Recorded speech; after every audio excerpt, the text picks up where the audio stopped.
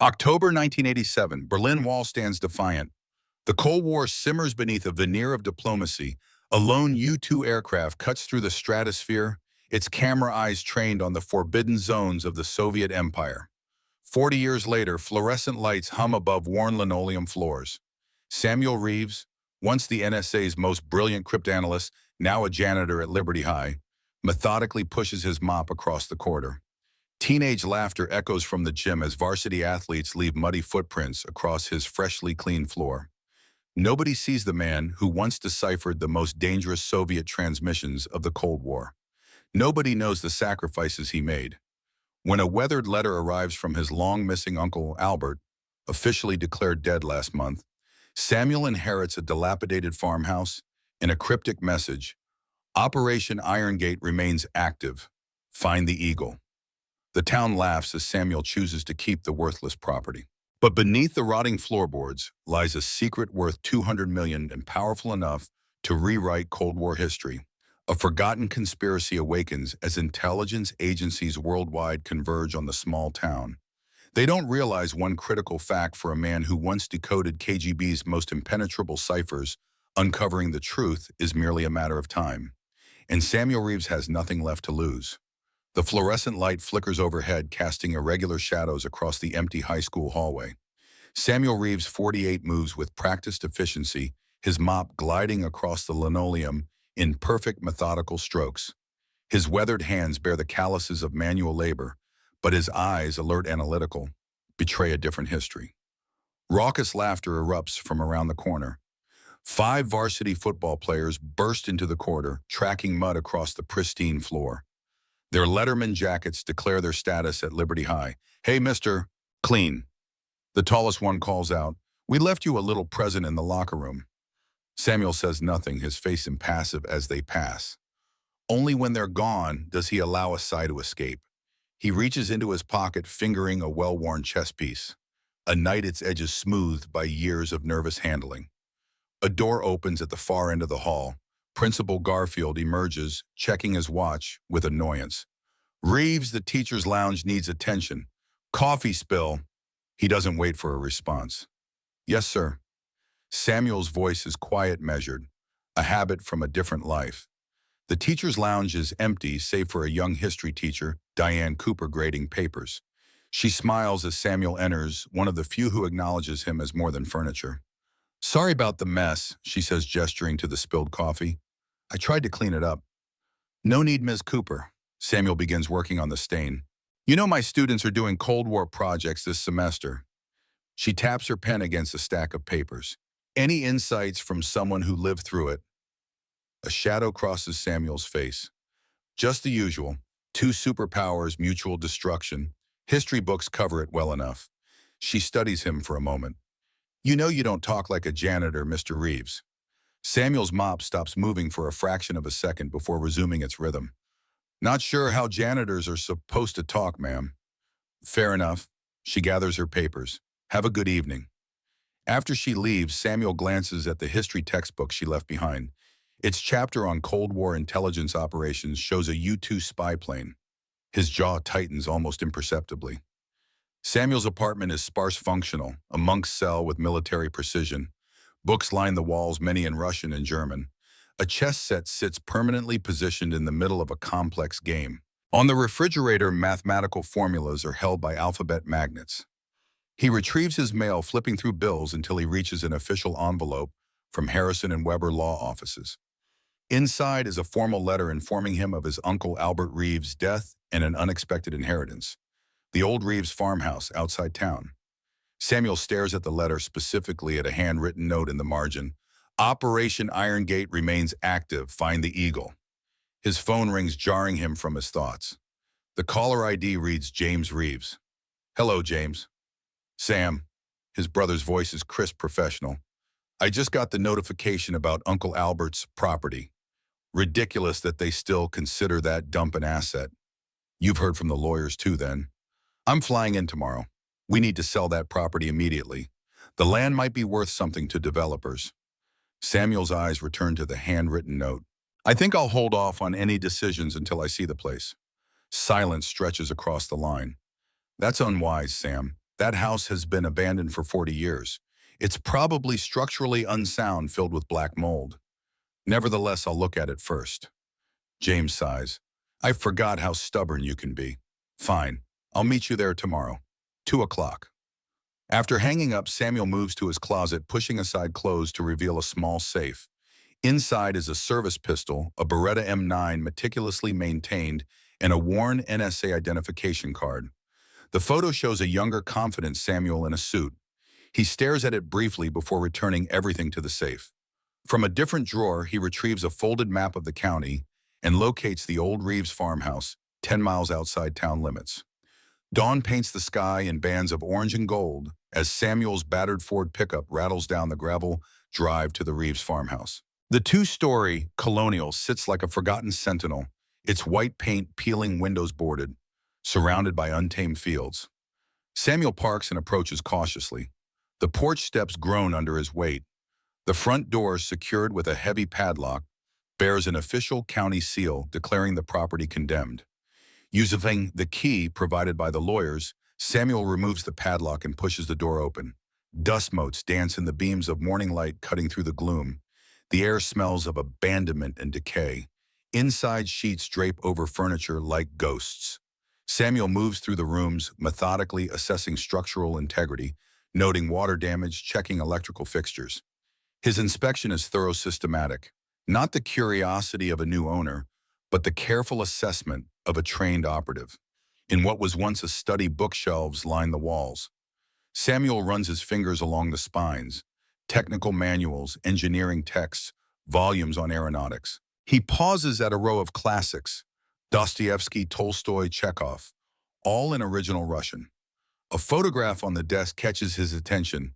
It shows a younger Albert standing beside a U-2 spy plane, its distinctive silhouette unmistakable. Both men wear Air Force uniforms.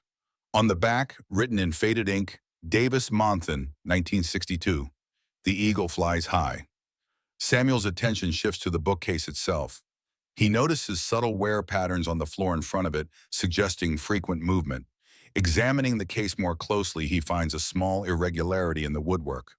When pressed, it clicks, and the entire bookcase swings outward, revealing a hidden room. The space beyond is small but purposeful. A desk holds an antique typewriter. Maps cover the walls, detailed aeronautical charts of Cuba and the Soviet Union with handwritten notations. A large safe dominates one corner. Samuel approaches the safe, examining its mechanism, an older combination model from the 1960s. He studies it carefully, noting wear patterns on the dial that suggest frequently used numbers. After several methodical attempts, the safe opens with a satisfying click.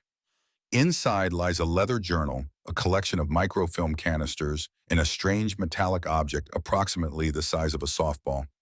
Samuel examines the object first, a spherical component made of an unusual silvery metal, heavier than its size would suggest, with Cyrillic markings etched on its surface. He opens the journal. The entries, written in a sophisticated alphanumeric code, begin in 1962. Samuel's brow furrows in concentration. As he studies the patterns, his mind already working to decode them. A vehicle approaching outside breaks his concentration. Samuel quickly photographs several pages of the journal with his phone pockets, the strange metal sphere, and closes the safe. He's just managed to swing the bookcase closed when the front door opens. "Sam," James Reeves' voice echoes through the empty house. Samuel emerges from the study to greet his brother. James, 55, stands in the foyer, impeccably dressed in a tailored suit, his silver hair perfectly styled. The contrast between the brothers is striking. "You're early," Samuel says. James surveys the decay around them with distaste. "I had my driver bring me straight from the airport." He runs a finger along a dust-covered table. "Just as I thought, this place is a disaster. The structure is sound, mostly cosmetic damage." James shakes his head. "Always the optimist. I've already contacted a real estate agent. We can list it by the end of the week." "I'm not selling." James freezes, turning slowly to face his brother. "Don't be ridiculous. What would you possibly do with this mausoleum?" "Fix it up. Maybe live here." "On a janitor's salary." James's laugh is sharp. "Be realistic, Sam. Your portion of the sale could set you up comfortably. You could move somewhere better." "I like it here. James studies him, eyes narrowing slightly. This isn't about the house, is it? This is about Albert. Samuel says nothing. Albert abandoned this family 40 years ago, Sam. Whatever romantic notions you have about our mysterious uncle need to stop. He was a deserter, a disgrace. You don't know that. Everyone knows that. He vanished during the height of the Cold War with classified information. The only reason he wasn't officially labeled a traitor is that they never found a body. James checks his watch. I have meetings in Washington tomorrow. The property is half mine. We're selling. Actually, Samuel retrieves the lawyer's letter. The will specifically leaves the property to me alone. You get the financial assets. James snatches the paper, reading quickly. His face hardens. This will never stand up in court. Perhaps not, but it will take years to resolve, during which time the property remains as is. The brothers stare at each other, decades of unspoken tension hanging between them. You're making a mistake, James finally says. Just like you did at the NSA. Always bringing that up, aren't you? Someone has to remind you of reality. Your brilliant career ended scrubbing toilets because you couldn't admit when you were wrong. Samuel's expression remains neutral, a skill honed through years of interrogations. I need to lock up now. I have the night shift. James shakes his head in disgust. I'll have my lawyers contact you. He strides out the door, slamming behind him. Alone again, Samuel returns to the hidden room. He examines the maps more carefully, noting the precise flight paths marked over Cuba. One location is circled repeatedly, a site near Bejucal, southwest of Havana. He takes the journal and begins photographing every page methodically. Night has fallen by the time Samuel returns to his apartment. He spreads the journal, photographs across his table, and begins the process of decryption, jotting down patterns and frequency analyses on a notepad. The metal sphere sits on his desk, its surface catching the lamplight. Samuel examines it more closely, using a magnifying glass to study the Cyrillic markings. He types the characters into a translation program, Isotopar Prototype 7. Hours pass as Samuel works on the journal. Patterns emerge and sections of text become readable. It's a modified Vigenère cipher complex, but not impenetrable to someone with his training. The first decoded entry reads, October 18, 1962, Iron Gate mission authorized. U-2 overflight of Cuba confirmed Soviet missile installations. Additional mission parameters classified Wembra. Contact established with Sparrow. God help us if this goes wrong. Samuel continues decoding, his face growing increasingly troubled. The journal details Albert's role as a U-2 pilot during the Cuban Missile Crisis, but with an unexpected twist. Reference it to a covert mission beyond the acknowledged reconnaissance flights, something called by Operation Iron Gate. A knock at his door interrupts his work. Samuel quickly covers the materials and checks the peephole. Kate Morgan stands in the hallway, an unexpected ghost from his past. He opens the door cautiously. Kate's eye radiates the same quiet intensity he remembers, though her dark hair now shows streaks of silver. She wears civilian clothes, jeans and a sweater, but her posture betrays her military background. Hello, Samuel. May I come in? He hesitates, then steps aside. Kate enters, her eyes automatically scanning the apartment, assessing exits and vantage points. Habits that never die. Town librarian visits the school janitor, Samuel says. People will talk. A ghost of a smile crosses her face. Let them. She notices the covered materials on the table but doesn't comment. I heard about your uncle and the farmhouse. News travels fast. Small town. She meets his eyes directly, especially when James Reeves flies in on a private jet and meets with Sheriff Blackwood immediately after visiting you. Samuel's expression doesn't change, but his mind races. The sheriff, Kate moves closer. Something you should know about your uncle's property. Blackwood has taken an unusual interest in it over the years. Regular patrols turning away trespassers personally rather than sending deputies. Why would the sheriff care about an abandoned farmhouse? Exactly the question I've been asking. Kate hesitates. We haven't spoken in 15 years, Sam. Not since the NSA incident. I don't have the right to warn you about anything. But you're here anyway. Against my better judgment. She moves toward the door.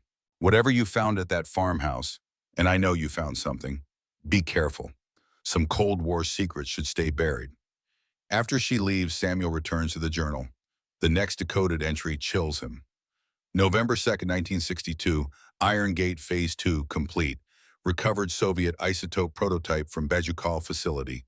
Phoenix Division demanding immediate transfer. Refused. Their intentions for the technology are beyond authorized parameters. Contacted Sparrow for extraction protocol. Trust no one within the agency. Samuel stares at the metal sphere with new understanding. Whatever it is, its presence on American soil could rewrite Cold War history. The final page he decodes is the most disturbing. December 4th, 1962. James compromised. Phoenix fully infiltrated. Sparrow confirms worst fears. They plan to use the isotope technology offensively, implementing Eagle Protocol. If you're reading this, I failed. Find the secondary cache. The truth must survive. Samuel sits back stunned. James, his brother James, mentioned by name in a covert operation journal from 1962. It's impossible. James would have been a child. Unless the journal is referring to their father, James Reeves Sr. Samuel turns to his computer, searching declassified documents about the Cuban Missile Crisis.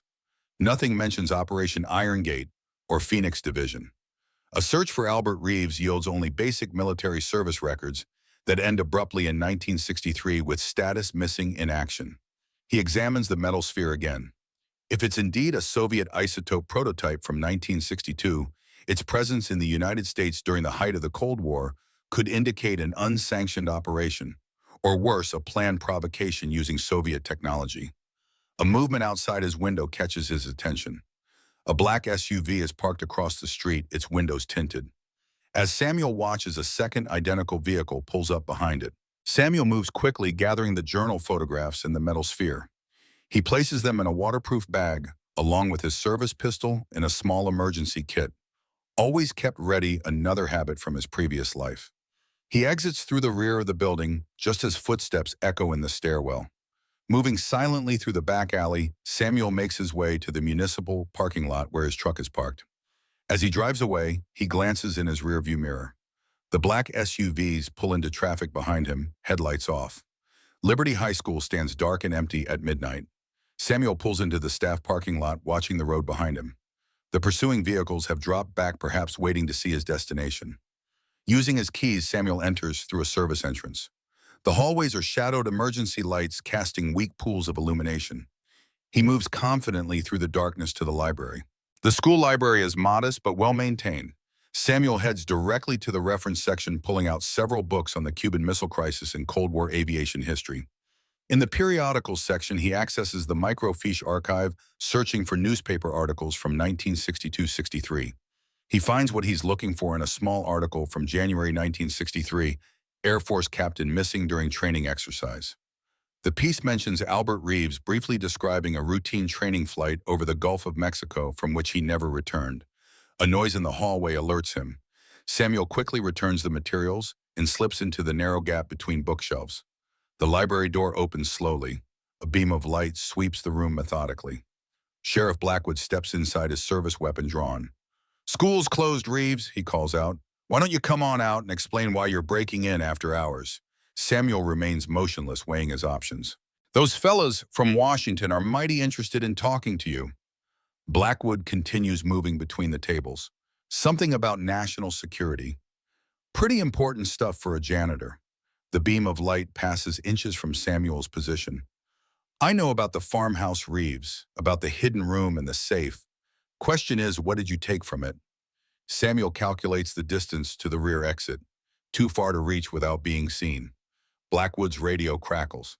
"Sheriff, we have movement at the south entrance." "Copy that." Blackwood backs toward the door. "Flush him out." As soon as the sheriff exits, Samuel moves quickly to the library's large windows. The lock is simple, and within seconds he's outside on the narrow ledge, 3 stories above the ground. Years of training take over as he navigates the building's exterior, using drain pipes and architectural features to descend safely. He reaches the ground just as flashlight beams converge on the library windows above. Samuel makes his way through the athletic fields to the maintenance shed, where he keeps a dirt bike for groundskeeping.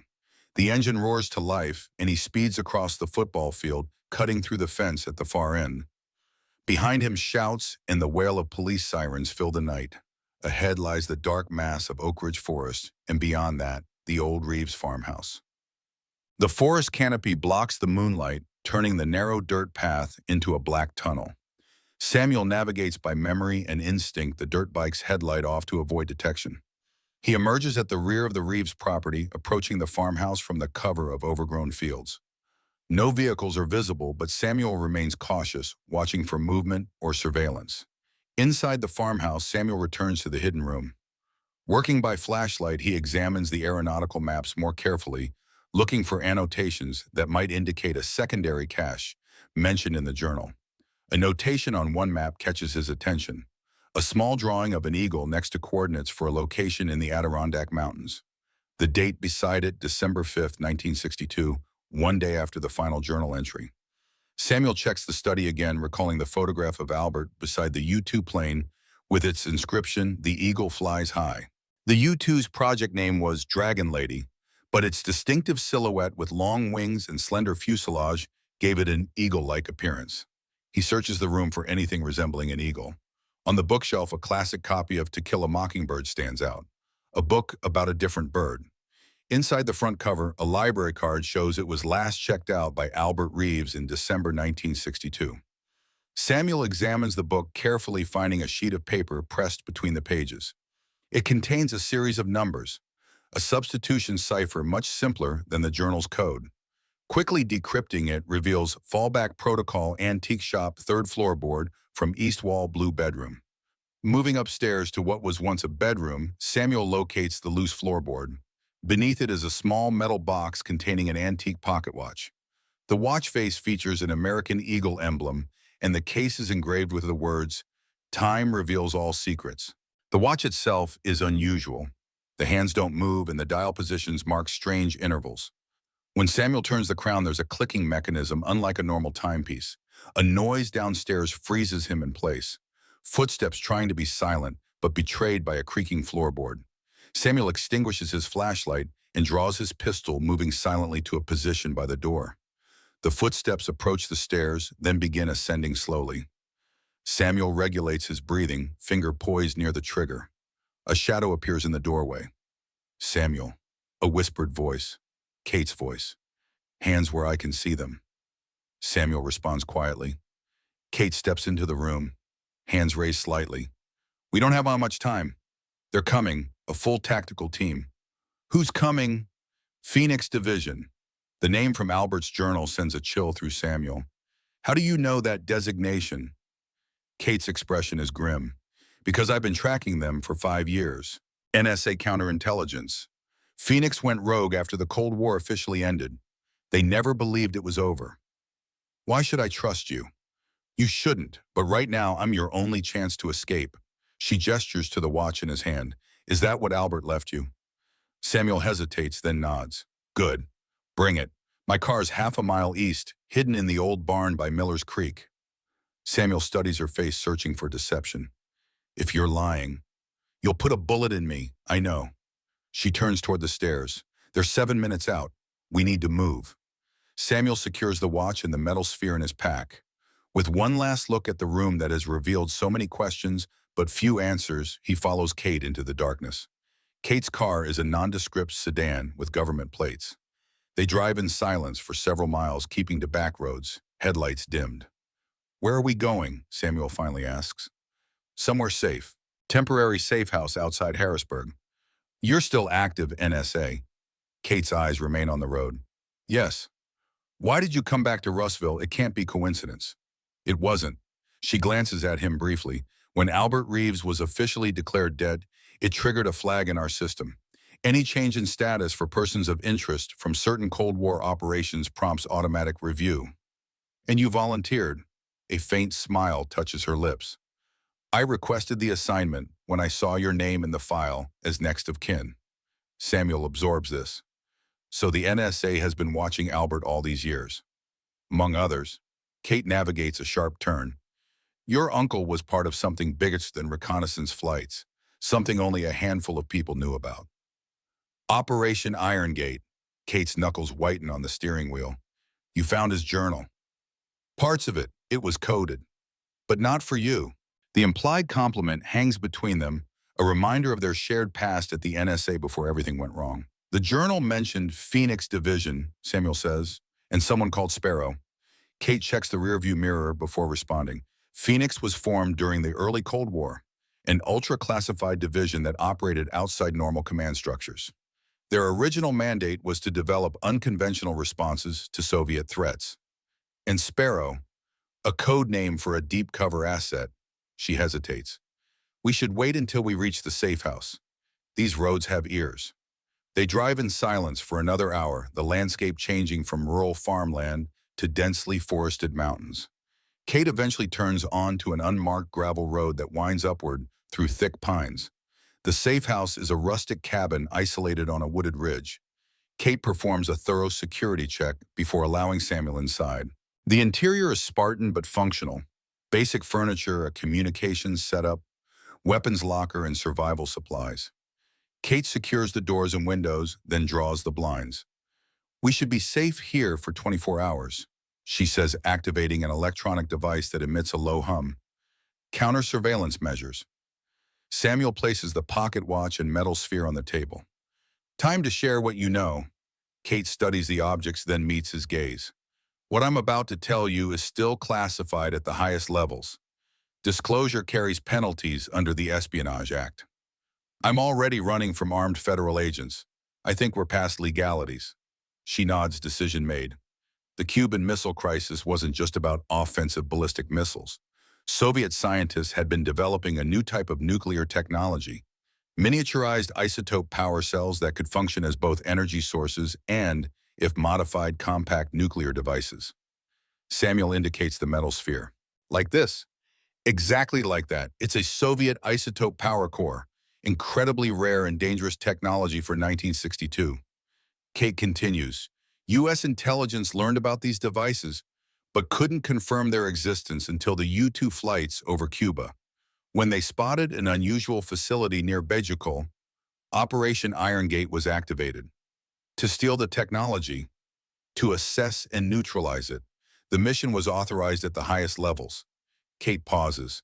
Your uncle was selected because of his exceptional flying skills and because he spoke fluent Russian, his mother's heritage. Samuel processes this information against his memories. Our grandmother was from Odessa, but Albert wasn't just a pilot, was he? No, he was also trained in covert operations. The plan was for him to fly the U-2 mission, document the facility, then later infiltrate it during the confusion of the crisis, which he did according to the journal. Kate nods. Successfully. He extracted a prototype and critical documentation. But that's when things went sideways. Phoenix Division wanted the technology for themselves, not to study, but to deploy. Deploy how? As a false flag operation. They planned to use the Soviet technology to trigger a nuclear incident that would be attributed to the USSR, justifying a full-scale American response. Samuel's blood runs cold. They wanted to start World War III. Some elements within our government believed a direct confrontation was inevitable and that America should strike while we had the advantage. Kate's expression hardens. Your uncle discovered the plot and refused to turn over the prototype. He went dark, taking the evidence with him, and was labeled a traitor for it. Officially, he was just missing in action. But in classified channels, yes, he was considered a defector, at best a traitor at worst. Samuel thinks of the journal entry mentioning his father. It implicated my father, James Reeves Sr. Kate's hesitation is barely perceptible. Your father was Phoenix Division, one of its founding members. The revelation lands like a physical blow. Samuel's father, the stern, patriotic Air Force colonel who raised them after their mother's death, involved in a conspiracy to provoke nuclear war. That's not possible. I'm sorry, Samuel. The evidence is conclusive. Samuel stands abruptly, moving to the window. And my brother, the journal mentioned James being compromised. Kate's silence tells him everything. James is Phoenix Division too. It's not a question. He's more than that now. He's its director. The pieces fall into place with terrible clarity. James's insistence on selling the farmhouse immediately, his meeting with Sheriff Blackwood, the tactical team converging on the property. My brother is trying to kill me. Not you specifically, Kate says. He wants what Albert hid. The proof of Phoenix's original plan and whatever else your uncle discovered. With Albert officially declared dead, the property became accessible for the first time in decades. Samuel turns back to the table, examining the pocket watch more carefully. This is more than a timepiece. Kate joins him. May I? He hands her the watch. She studies it, then points to the unusual dial markings. These aren't time measurements. They're directional bearings. She turns the crown, demonstrating how the hands move in unusual increments. This is a specialized compass, disguised as a watch. For navigation to a specific location, Samuel realizes. Exactly. Cold War spycraft at its finest. Samuel recalls the coordinates from the map in the hidden room. Albert marked a location in the Adirondacks. That must be the secondary cache, he mentioned. Kate checks her watch. We should rest. At dawn, we'll head north. As she prepares the communications equipment to send an encrypted message to her NSA handler, Samuel examines the isotope core more closely under the desk lamp. The Cyrillic markings include a production date and location Ozersk, a closed Soviet nuclear city. The craftsmanship is remarkable for 1962 technology, a testament to Soviet scientific capabilities that had been largely underestimated by the West. Samuel thinks about Albert, the uncle he barely knew, painted as a deserter and possible traitor, but who might have actually prevented a global catastrophe.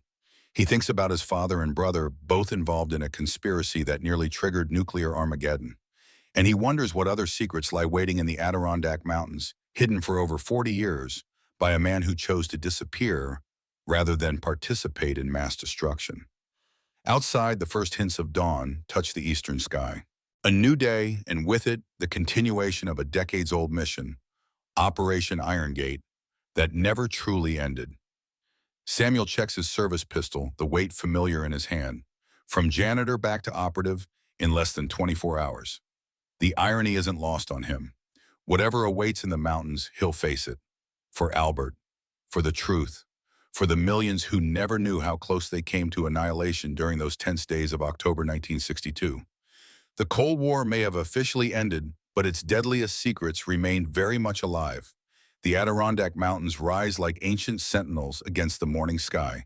Mist clings to dense pine forests, concealing valleys and ravines in a ghostly shroud. Samuel and Kate navigate the winding mountain roads in silence, the events of the past 24 hours weighing heavily between them. The sedan climbs steadily upward, its engine straining against the steep grade. Kate handles the vehicle with practiced precision, eyes constantly scanning for threats. Samuel studies the antique pocket watch, its eagle emblem, catching the early light. The specialized compass hands point steadily northward as they ascend deeper into the wilderness. A roadblock appears around a sharp bend, orange barriers and state police vehicles. Kate slows, assessing the situation. Department of Environmental Protection checkpoint. They're checking for camping permits. Can we go around? No, but we have a cover. Kate pulls to a stop at the barrier. A state trooper approaches, hand resting casually near his sidearm. Morning, folks. Purpose of your visit to the park today. Environmental survey. Kate produces an ID card. Dr. Catherine Morgan, EPA. This is my colleague, Dr. Reeves. We're conducting water sample analysis at Lake Placid. The trooper examines the identification, then nods. You folks be careful up there. Had some unusual activity reported last night. Lights in restricted areas. We'll keep our eyes open. Thank you, officer. As they drive away, Samuel glances at Kate. EPA credentials. You came prepared. NSA maintains covers across multiple agencies. Comes in handy. The road narrows, eventually becoming little more than a dirt track. Kate pulls off at a small clearing and parks. We go on foot from here. The coordinates indicate a location 3 miles northwest. They gather essential gear, water communication equipment, weapons. Samuel transfers the isotope core and pocket watch to a secure backpack. The forest envelops them as they leave the clearing, the sounds of civilization fading with each step. Samuel moves with the quiet efficiency of a man reverting to training long dormant. Kate watches him with a mixture of professional assessment and something more personal. Your old habits are returning quickly. Some things you never forget. The terrain grows more challenging. Steep inclines, dense underbrush, rock formations that require careful navigation. The pocket watch guides their way, its specialized compass adjusting to local magnetic variations with remarkable precision. 1960s technology. Samuel observes, but more accurate than most modern devices. Cold War spycraft was often decades ahead of commercial technology. Some of those innovations still haven't reached the public sector. They pause at a stream to refill water bottles. Kate kneels cupping the clear mountain water in her hands. Why did you really leave the NSA, Samuel? The question hangs between them. Samuel tests the weight of truth against 15 years of silence. Official reason: I misinterpreted communications intelligence that led to a failed operation in Belarus. 3 agents compromised, 1 killed. And the real reason: the intelligence wasn't wrong, it was altered after I submitted my analysis. Someone wanted that operation to fail. Kate's expression remains neutral, but her eyes sharpen. You were set up. I had suspicions, but no proof. Internal Affairs conducted a thorough investigation. Too thorough, Samuel meets her gaze. They had their conclusion before they started. Someone wanted me discredited and removed. Phoenix Division. I didn't know it at the time, but looking back, the patterns are clear. Samuel checks the watch again. We should keep moving. The forest thickens as they climb higher. Animal tracks cross their path. Deer, fox, occasionally the broader imprint of a black bear. The natural world exists untouched by Cold War conspiracies, a reminder of what Albert might have been fighting to preserve. The watch leads them to a rocky outcropping overlooking a secluded valley. Below, a small lake reflects the sky like a perfect mirror. No cabins or structures are visible. This can't be right. Kate studies the terrain. There's nothing here. Samuel examines the watch more carefully, noticing a small indentation on the back case. When pressed, the entire backplate rotates, revealing a hidden compartment containing a microfilm. Albert thought of everything. Using a small magnifier from his kit, Samuel examines the microfilm. It contains a topographical map of this exact area with precise measurements from the lake's northern shore. They descend to the lake following the measurements. The location leads to a seemingly unremarkable rock formation half submerged in water. Samuel wades in, examining the stones carefully. One rock moves under pressure, revealing a concealed lever. When pulled, a section of the lake floor shifts, a camouflaged trapdoor leading to a narrow tunnel reinforced with timber supports. Cold War bunker, Kate whispers, built to withstand nuclear fallout. They descend into darkness, activating flashlights. The tunnel extends 30 feet before opening into a small concrete chamber. Military-grade storage containers line the walls. A desk holds an ancient radio set and what appears to be an early computer terminal. PDPP-8. Samuel identifies the machine. First commercially successful mini-computer, 1965 technology. Kate examines the storage containers. These are government issue, same type used for document preservation in NORAD facilities. Samuel locates a power system, a remarkable setup of batteries connected to what appears to be a small generator. With careful adjustments, he manages to activate emergency lighting. The bunker illuminates in a soft amber glow. The containers are organized chronologically, each labeled with dates spanning from 1962 to 1987. Samuel opens the earliest one, finding neatly preserved documents, photographs, and magnetic tape reels. My God. Kate lifts a folder marked Iron Gate, Phase 3 Contingency. This is a complete operational archive. It would have been destroyed decades ago according to protocol. Samuel examines photographs showing Soviet officials at what appears to be the Bajukal facility in Cuba. Other images document American military installations, Pentagon meeting rooms, and surveillance photos of men in suits entering unmarked buildings. Albert was building a case, Samuel realizes, preserving evidence that would have otherwise disappeared. Kate opens another container, this one filled with technical documents about the isotope core, specifications, potential applications, radiation levels. These are the original Soviet design documents, translated into English. He stole those too? No. Kate's voice drops. These are American adaptations. Phoenix was already planning modifications to the technology. Weaponization. Samuel finds a journal similar to the one from the farmhouse, but covering in later years. The entries are in the same code, but with his cryptanalysis skills, certain patterns become immediately recognizable. Listen to this, July 16, 1969. While the world watches Armstrong walk on the moon, Phoenix advances to Stage 4 testing at Nevada facility. James convinced Pentagon Oversight Committee that project falls under black budget authorization. No congressional approval sought or required. Your father, Kate clarifies. Yes. Samuel continues reading. Isotope miniaturization successful. Device now briefcase-sized with yield equivalent to 2 kilotons. Detonation mechanism requires activation code and physical key. They actually built it, Kate whispers. A portable nuclear device using stolen Soviet technology. Deniable technology, Samuel corrects. If ever used radiation signature would point to Soviet origin.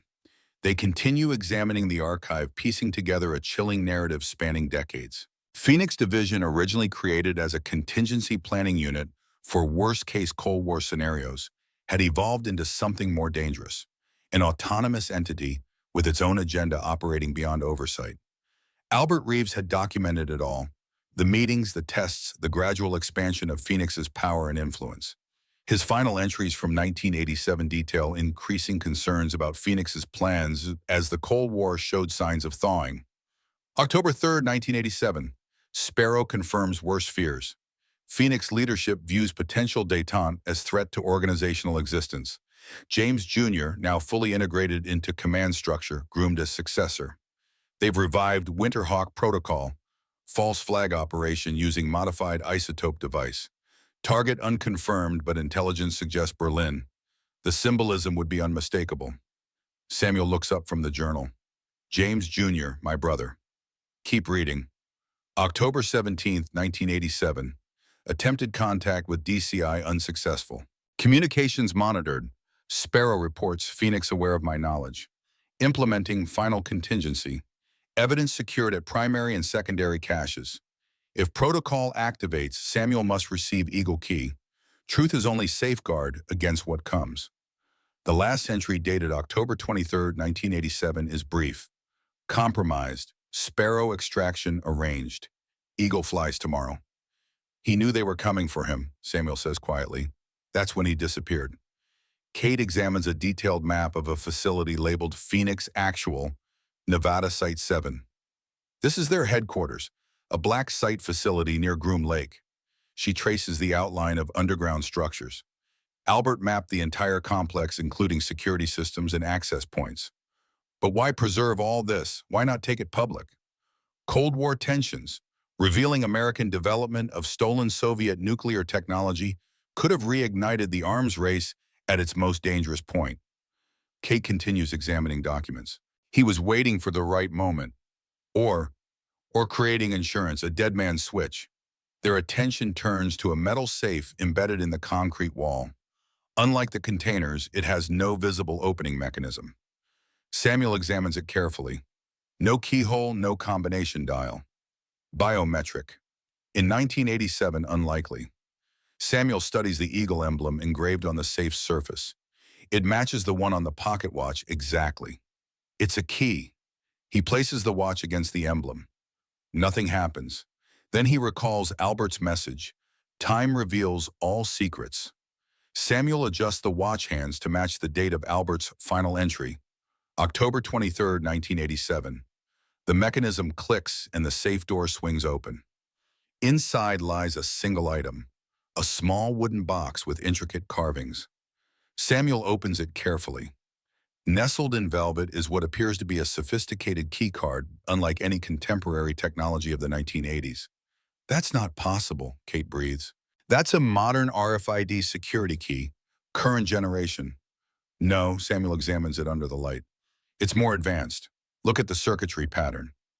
A sudden noise from the tunnel entrance freezes them both. Footsteps, multiple sets, professional spacing. Kate draws her weapon. We've been compromised. Samuel secures the key card and Albert's final journal in his pack. Is there another way out? Kate gestures to a narrow passage partially hidden behind storage shelving. Emergency exit. All these bunkers had them. They move quickly, shifting the shelving to access the passage. Behind them, tactical lights illuminate the main chamber. Voices call out commands in clipped, professional tones. The escape tunnel is narrow, barely wide enough for one person. They navigate by flashlight, moving as quickly as the confined space allows. The passage slopes upward, eventually ending at a rusted ladder leading to a trap door. Samuel ascends first, pushing against the door. It's heavy, designed to blend with the forest floor above. With a final shove, it opens, revealing a small clearing surrounded by dense pine forest. They emerge quickly, scanning for threats. The clearing appears empty, but the sound of helicopter rotors echoes in the distance. Phoenix Air Support, Kate confirms. We need to move. The forest provides temporary cover as they navigate away from the bunker. Samuel checks his satellite phone. No signal in the dense mountain terrain. They're cut off, running blind. Kate leads them along a ridgeline, using natural features for concealment. Her movements are precise, confident, the training of an operative who spent years in the field. How deep was your NSA counterintelligence operation against Phoenix? Samuel asks as they pause behind a rock formation. Officially, it doesn't exist. Phoenix is protected by classification levels beyond top secret. Anyone investigating them tends to disappear or suffer convenient accidents. Yet you pursued them anyway. Kate's expression hardens. They killed my mentor, made it look like suicide. He was tracking financial anomalies and black budget allocations, money disappearing into accounts that didn't officially exist. Phoenix funding. Billions over decades. Enough to build and maintain private military capabilities outside normal oversight. The helicopter sounds grow louder, circling back toward their location. They press deeper into the forest, using a small stream to mask their trail. We need transportation, Samuel says, and a secure communication line to your NSA handler. There's a ranger station 10 miles northwest. Emergency radio, possibly a vehicle. They continue through increasingly difficult terrain. The physical demands awaken muscle memory from Samuel's training days. Controlled breathing, efficient movement, constant awareness. Beside him, Kate moves with the same disciplined precision, occasionally signaling observations or potential threats. The professional synchronicity between them is familiar, a reminder of their work together years before. Despite 15 years of separation, they fall naturally into complementary roles, her tactical awareness balancing his analytical approach. Hours pass, the helicopter sounds fade and return intermittently as search patterns expand. They avoid exposed areas, using the dense forest canopy for concealment. The afternoon sun filters through pine branches, casting dappled shadows across their path. Samuel reviews what they have learned, connecting fragments into a coherent picture. Albert discovered Phoenix was planning to use the isotope technology for a false flag operation, something called Winterhawk, designed to reignite Cold War tensions when détente threatened their organizational relevance. Kate adds, classic intelligence community self-preservation. Create the threat you're funded to fight. But Albert stopped them in 1987. Temporarily. Based on what we've found, it appears he stole or disabled a crucial component, possibly the activation key we just recovered. The forest begins to thin as they approach a ridge overlooking a valley. Below, a small cluster of buildings comes into view, the ranger station. They observe it carefully from concealment. 2 vehicles, Samuel notes, standard Forest Service truck and what appears to be a civilian SUV. No personnel visible, could be inside or out on patrol. Or it could be compromised. The SUV doesn't match Forest Service patterns. They watch for 20 minutes, noting no movement or activity. The risk calculation is simple. They need communication and transportation more than continued concealment. They approach cautiously, using natural cover until they reach the edge of the cleared area surrounding the station. The main building is a simple log structure with solar panels and a radio antenna. The vehicles are parked near a small outbuilding. Kate signals for Samuel to cover her as she approaches the main entrance. She moves in a tactical crouch weapon, ready but not raised, balancing preparedness with the possibility of encountering innocent park personnel. The door is unlocked. Kate enters first, clearing each room with practiced efficiency. Samuel follows, securing the exit points. The station is empty but shows signs of recent occupation. Coffee still warm in a pot, computer terminals active. Check this out, Kate calls from the communications room. The radio equipment has been professionally disabled, key components removed with precision. Someone doesn't want calls going out from here. A maps table in the center of the room displays hiking trails and topographical features. A road has been marked in red leading from their current position to a location 7 miles northeast. They're predicting our movements, Samuel observes, directing resources to intercept points. We need to go off pattern, take an unexpected direction. Samuel studies the map, identifying alternatives. There's a maintenance road here, leads to a highway junction 15 miles south. If we can reach it, the sound of an approaching vehicle interrupts his analysis. Through the window, they spot a Forest Service truck ascending the access road. 2 occupants, Kate reports, armed. Phoenix, likely standard infiltration protocol, use local resources and personnel as cover. They retreat to defensive positions, Kate near the front entrance, Samuel covering the rear. The truck parks beside the others. 2 men in Forest Service uniforms exit, moving with the alert posture of trained operatives rather than park rangers. The men separate, one approaching the main entrance, while the other circles toward the rear. Their coordination confirms Kate's assessment. These are professionals using ranger identities as cover. The first man enters, scanning the room immediately. Kate remains hidden behind a door, allowing him to advance. When he passes her position, she moves with devastating efficiency. A precise strike to the throat followed by a disabling blow to the knee. The man collapses without a sound.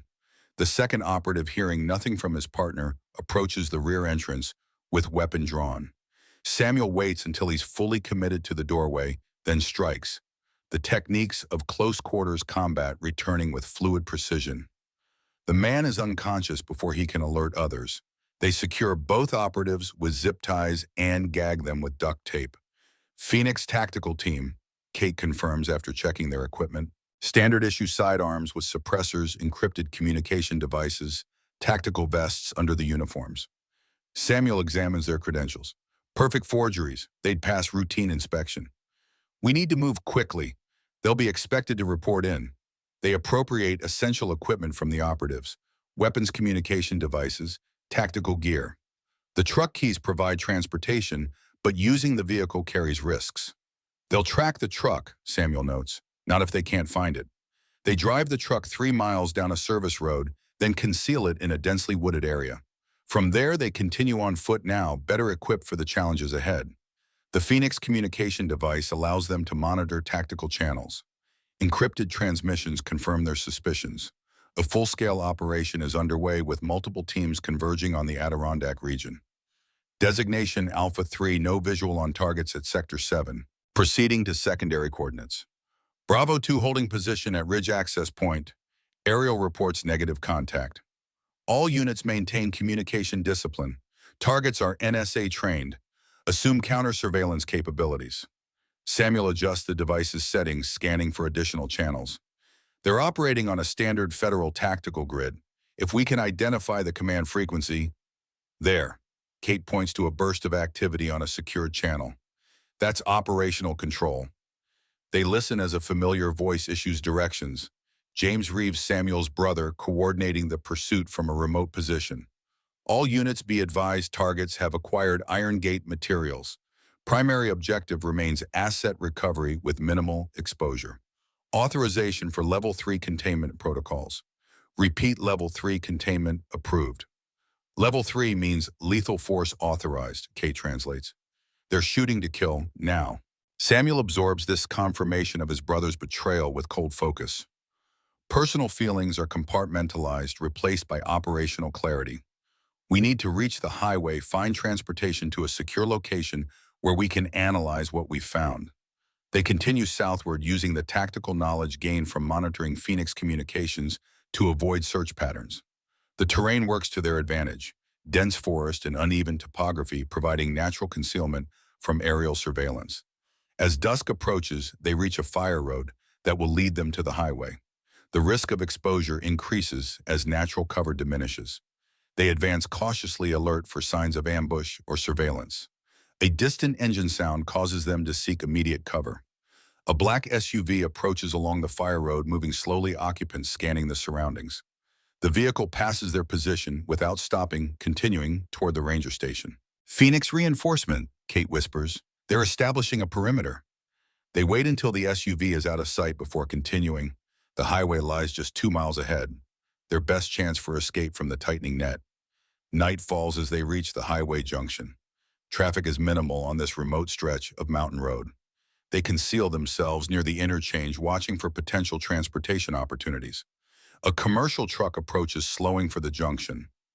Samuel notes the company name, Northeastern Distribution Services, and the truck's contents listed on the side, electronic components.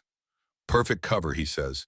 Regional distribution route, multiple stops, electronic cargo that could mask radiation signatures from the isotope core. They position themselves at a bend where the truck must slow considerably. As it approaches, Kate steps onto the roadside, appearing distressed, a common hitchhiker technique to draw sympathy. The truck slows further. Samuel approaches from the blind side, mounting the cabin undetected. When the driver rolls down his window to speak with Kate, Samuel appears at the passenger door, weapon concealed but present. "We need transportation," he states calmly. "Cooperative assistance will ensure your safety." The driver, an older man with military tattoos visible on his forearms, assesses the situation with unexpected composure. "You folks running from something official, I take it?" Kate maintains a professional demeanor. "National security matter. Your assistance will be noted at the highest levels." The driver studies them for a moment, then nods. "Served 2 tours in Vietnam. Know the difference between government types and people in real trouble." He gestures to the passenger seat. "Climb in. I've got a delivery route to Albany. Can get you that far." They accept the offer, Samuel taking the passenger seat while Kate maintains a vigilant watch from the sleeper compartment. The truck continues down the highway, passing the occasional vehicle without incident. The driver introduces himself simply as Mac. His questions are minimal, respecting the obvious sensitivity of their situation. He shares only that he's been driving this route for 15 years, knows every back road and potential checkpoint. 3 state police roadblocks between here and Albany, he informs them. Standard procedure after sunset. I've got proper credentials and regular status. Shouldn't be a problem unless they've been specifically alerted to watch for this vehicle. Samuel monitors the Phoenix communication channels. No specific alerts regarding civilian transportation have been issued, but regional law enforcement has been notified to watch for persons of interest in connection with a federal investigation. The first roadblock appears ahead. Standard state police procedure with 2 patrol cars and officers checking vehicles. Mac handles the interaction with practiced ease, presenting paperwork and answering questions routinely. The officers perform a cursory inspection of the cargo area, then wave them through. "Advantage of being an old familiar face on these routes," Mac comments as they continue. "Not much changes up here." 2 hours later, the lights of Albany appear on the horizon. Mac navigates to the industrial district where his delivery is scheduled. "This is where we part ways," he tells them. "Delivery depot has security cameras. Best if you exit before we arrive." They thank him for his assistance. As they prepare to disembark at a secluded section of road, Mac offers a final observation. "Whatever you folks are involved in, good luck. Sometimes the real patriots aren't the ones with flags on their lapels." In the industrial district, they find temporary shelter in an abandoned warehouse. The space provides security and privacy to examine their discoveries more thoroughly. Samuel carefully unpacks Albert's journal and the key card recovered from the bunker. Kate establishes a secure perimeter using techniques to detect approaching threats. The journal's final entries provide crucial context for Albert's disappearance and the current Phoenix operation. Samuel decodes them methodically, the patterns now familiar to his cryptanalyst's mind. October 24, 1987. Final entry. If protocol activates physical evidence, confirms Phoenix Division authorized development of miniaturized nuclear device using modified Soviet isotope technology. Operation Winterhawk designed as false flag attack against Western target attribution to Soviet action justification for full military response. Key personnel, James Reeves Sr. Director, William Blackwood. Operations, Curtis Harmon. Pentagon Liaison, James Reeves Jr. Succession, Blackwood, Kate notes. The sheriff in your hometown. Family tradition of Phoenix service, apparently. Samuel continues reading. Device construction complete but non-functional without Eagle key. Quantum encoded activation module. I've secured the key separate from device. Without both components, Winterhawk cannot proceed. The key card we found. Yes, but there's more. Samuel turns the page. Extraction arranged by Sparrow. Deep cover will be maintained until condition thaw confirmed. Samuel to receive Eagle Protocol upon my confirmed death. If you're reading this, nephew, remember, the device remains in stasis at Phoenix Actual. Your father created it. Only you can ensure it never activates. Samuel looks up from the journal. The isotope device, the nuclear weapon, still exists, stored at their Nevada facility. And now they have the isotope core we brought from the farmhouse. Kate adds, but they need the activation key we recovered from the bunker. That's why they're hunting us so aggressively. With both components, they could reactivate Winterhawk. But why now? The Cold War is over. What purpose would a false flag nuclear incident serve today? Samuel considers the question, analyzing geopolitical factors with the same precision he once applied to encoded transmissions. New Cold Wars emerge, new enemies required to justify expanded military and intelligence budgets. Phoenix was born in the original Cold War. Its institutional survival would depend on similar tensions continuing. Creating the threats they're funded to fight. Kate repeats her earlier observation. They examine the keycard more carefully. Its technology appears decades ahead of its time, an anomaly that requires explanation. This isn't 1980s technology, Samuel confirms, not even 1990s. This circuitry architecture resembles quantum encoding systems still in theoretical development. How did Albert access such technology in 1987? I don't know, but Sparrow might. The deep cover asset mentioned throughout his journals. Someone with access to advanced technology able to assist a high-level American intelligence officer in disappearing completely. Samuel's mind works through possibilities. A foreign intelligence service no too risky during Cold War. Private sector technology developer possible, but unlikely to have necessary resources for extraction operations. Another U.S. agency operating counter to Phoenix. Plausible. Internal checks and balances. Someone within the system recognized Phoenix had gone rogue. Kate activates a secure satellite communication device appropriated from the Phoenix operatives. We need to contact my handler. Establish secure extraction.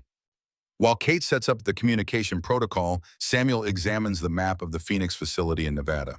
The complex is extensive, multiple underground levels, security systems, personnel quarters. One section is labeled simply Stasis Chamber, Winterhawk device. The weapon is here, he indicates. Deepest level maximum security. Albert's notes suggest biometric access restrictions keyed to Phoenix leadership, including your brother, and possibly me. DNA recognition would register similar patterns. Kate establishes the secure connection, transmitting an encrypted message to her NSA handler using recognition codes. The response comes within minutes. Coordinates for an extraction point in Albany time window for pickup. We have 3 hours, she reports. Transport to a secure NSA facility for debriefing. Can you trust your handler?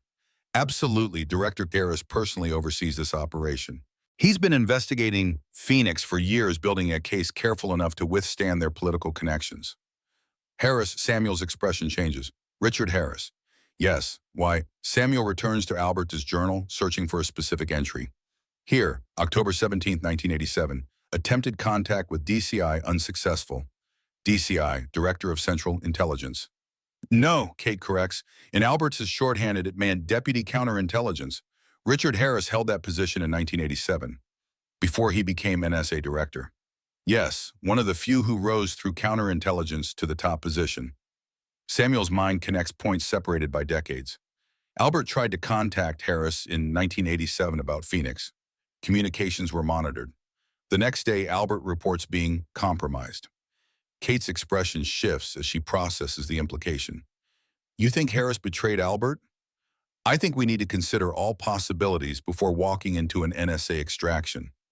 Kate checks the time. Extraction window opens in 2 hours. We need to decide. Samuel studies the Phoenix communication device and idea forming.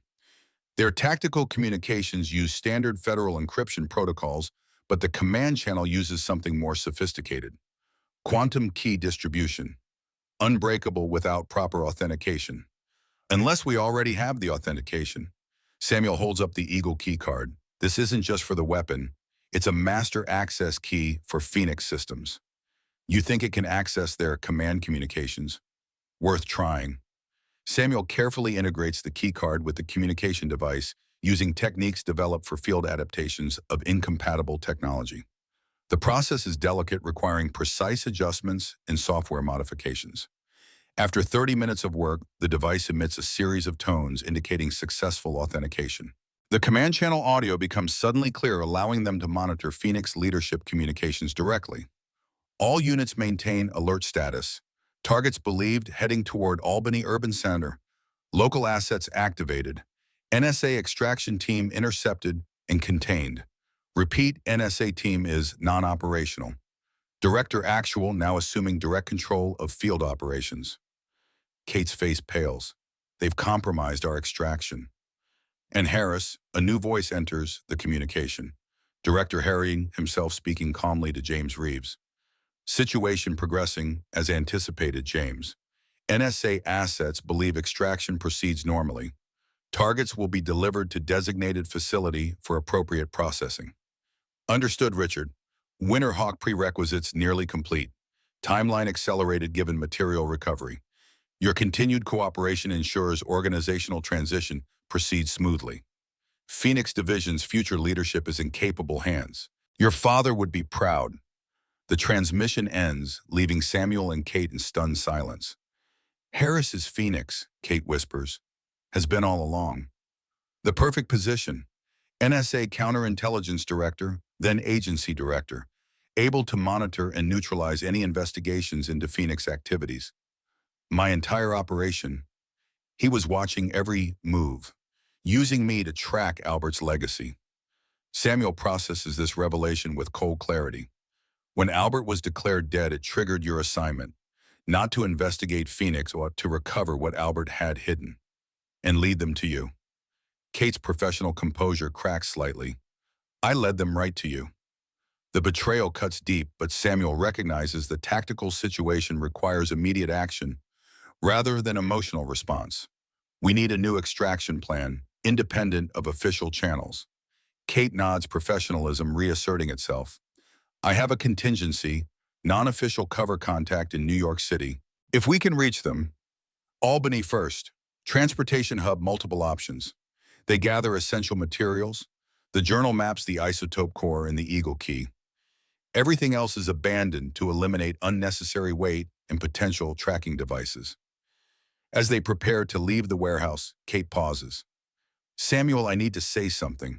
I didn't know about Harris, but I did request this assignment when I saw your name in the file. Why? Because 15 years ago, when you were forced out of the NSA, I should have stood by you. I knew something wasn't right about that Belarus operation. The intelligence was solid, your analysis correct, but I stayed silent. Self-preservation is a powerful instinct. It was cowardice, and I've had 15 years to regret it. Samuel absorbs this confession, measuring it against his own history of decisions and compromises. We have more important concerns right now than past regrets. They exit the warehouse, moving through industrial shadows toward the city center. Albany at night offers anonymity among late-night workers, college students, and the various denizens of urban after-hours. The central train station provides both transportation options and communications access. Samuel uses a public terminal to access obscure online forums where former intelligence operatives maintain discrete contact networks, a shadow system outside official channels. A carefully worded message posted to a discussion thread about chess openings contains encoded information about their situation and requirements. Within minutes, a response appears. Coordinates for a meeting point, recognition signals. Old school tradecraft, Kate observes, still effective when digital networks are compromised. Some things never change in this business. They navigate to the designated meeting point, a 24-hour diner near the train station. Inside, they identify their contact by the arranged signal. A man reading a specific newspaper folded in a particular way. The contact is Martin Winter, 60s, with the weathered appearance of a long-haul trucker.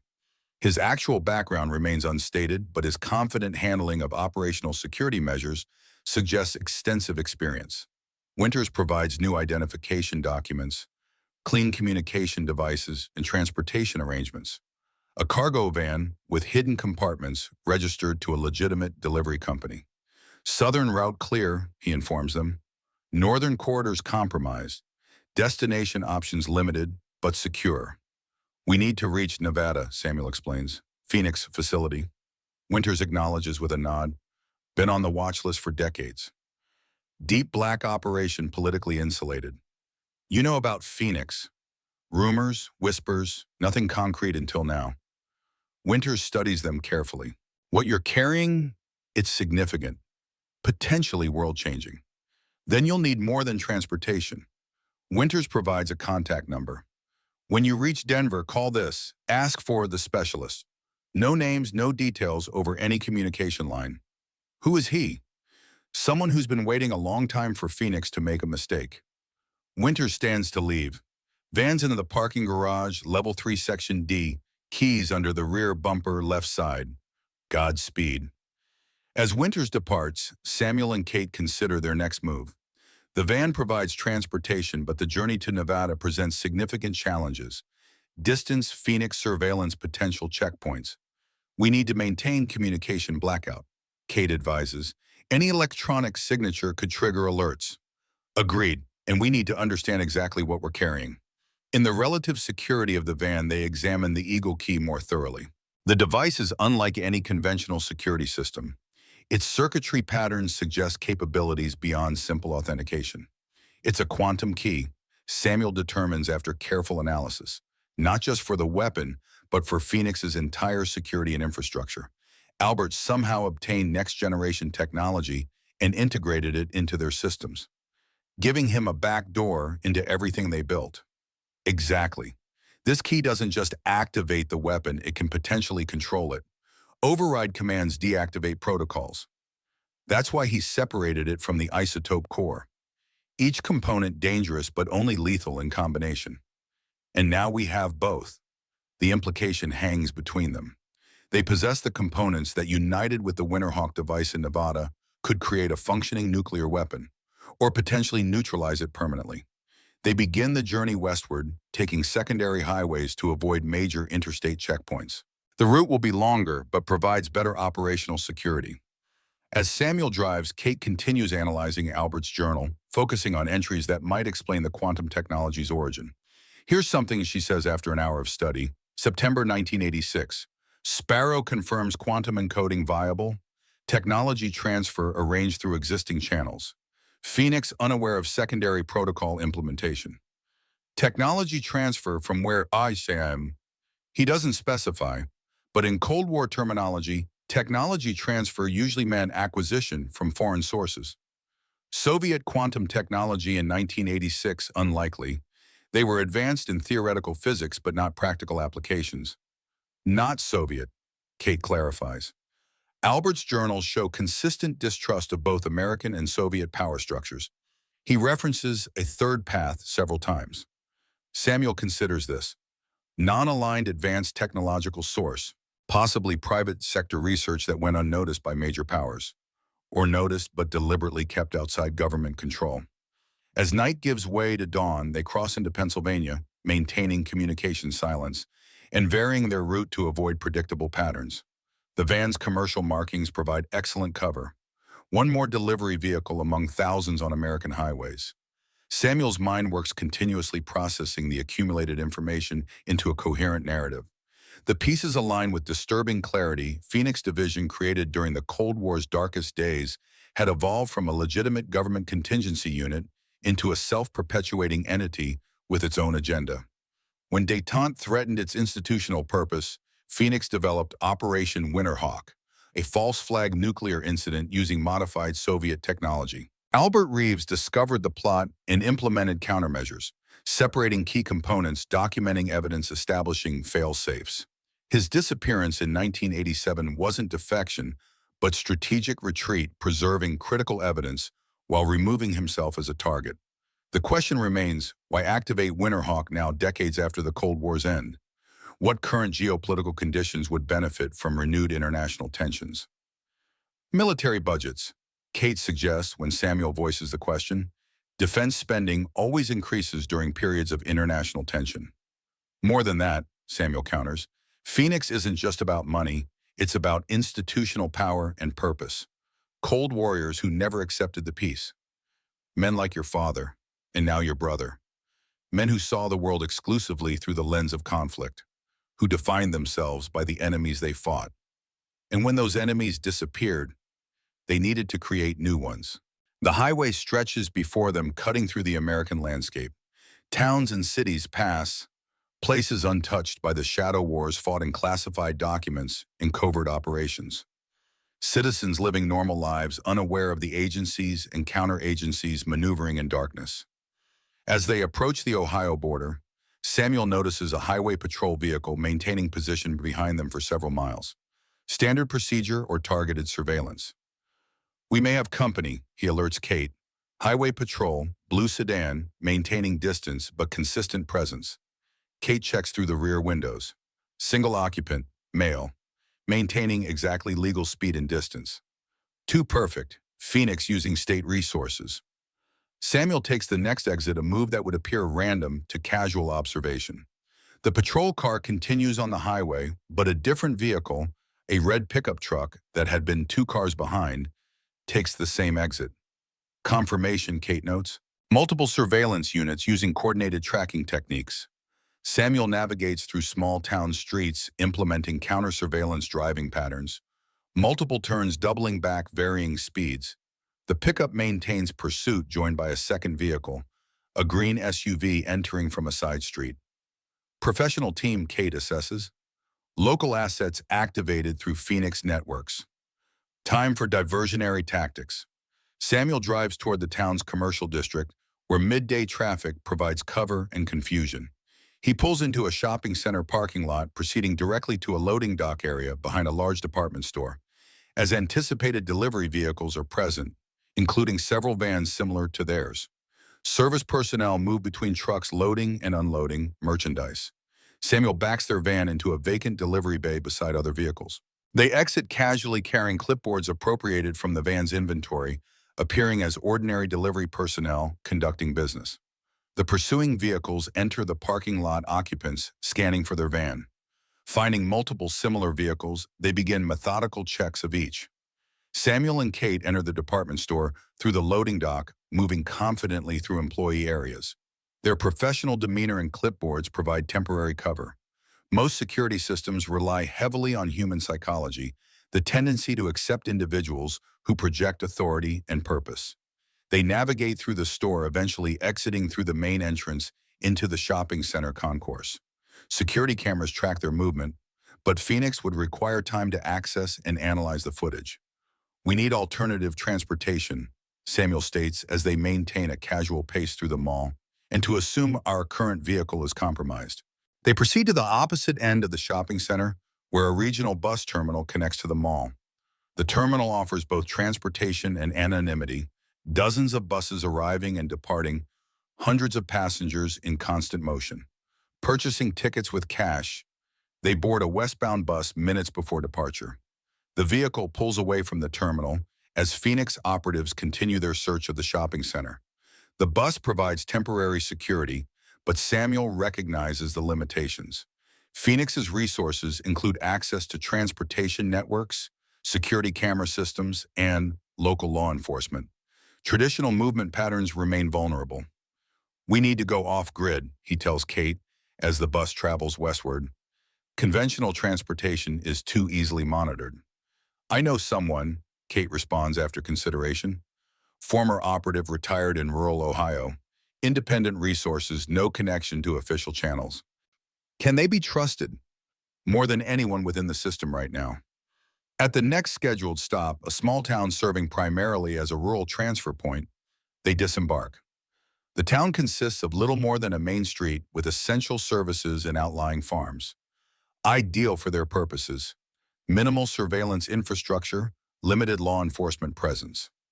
Kate uses a payphone to place a call, speaking briefly in what appears to be casual conversation, but contains embedded recognition codes and request protocols. 20 minutes later, a mud-spattered pickup truck arrives, driven by an elderly man with the weathered features of a lifetime outdoors. No words are exchanged as they enter the vehicle. The man drives them beyond town limits, following unmarked country roads through agricultural landscapes. They arrive at a modest farmhouse surrounded by fields of corn and soybeans. The property appears ordinary, a working farm indistinguishable from thousands across the Midwest. This invisibility is its perfect defense. Their host introduces himself simply as Cooper. His background remains unstated, but his home contains subtle indications of his former profession. Precise organization, strategic positioning of furniture for optimal spatial awareness, multiple exit routes from each room. Kate tells me you're running from the old Phoenix boys, Cooper states as he provides them coffee in a kitchen overlooking the farmland. Nasty business. Thought they'd been shut down years ago. Never shut down, Samuel corrects, just deeper underground. They're preparing to activate Winterhawk, Kate adds, a Cold War false flag operation involving a nuclear device with Soviet attribution signatures. Cooper's expression darkens. Heard rumors about something like that back in '87. Nothing confirmed. Above my clearance level. My uncle Albert Reeves was involved in stopping it, Samuel explains. He disappeared in 1987 after securing evidence and key components. Reeves, Cooper studies Samuel with new interest. You're his nephew. I see the resemblance. You knew him, knew of him, reputation only, one of the best field operatives never officially acknowledged, specialized in deep penetration operations against Soviet nuclear facilities. This confirms aspects of Albert's journal while adding new context. Samuel processes the information, reconstructing his uncle's career from these fragments. We need secure transportation to Nevada, Kate states. Phoenix has compromised conventional routes and NSA extraction protocols. Cooper considers this. Nevada facility heavily defended. Approaching by ground or commercial air would trigger immediate detection. You need alternative insertion. Suggestions? I maintain certain resources. Independent operators who provide services without official documentation. Expensive but reliable. Cost is irrelevant compared to what's at stake. Cooper nods. Preparation will take 12 hours. In the meantime, you should review your intelligence. Ensure operational planning is based on accurate information. He provides them a secure room equipped with basic analysis tools, paper maps, reference materials, and communication equipment disconnected from external networks. The analog approach offers security against digital surveillance and allowing them to consolidate their findings without electronic footprints. Samuel spreads Albert's journal and the facility maps across a table.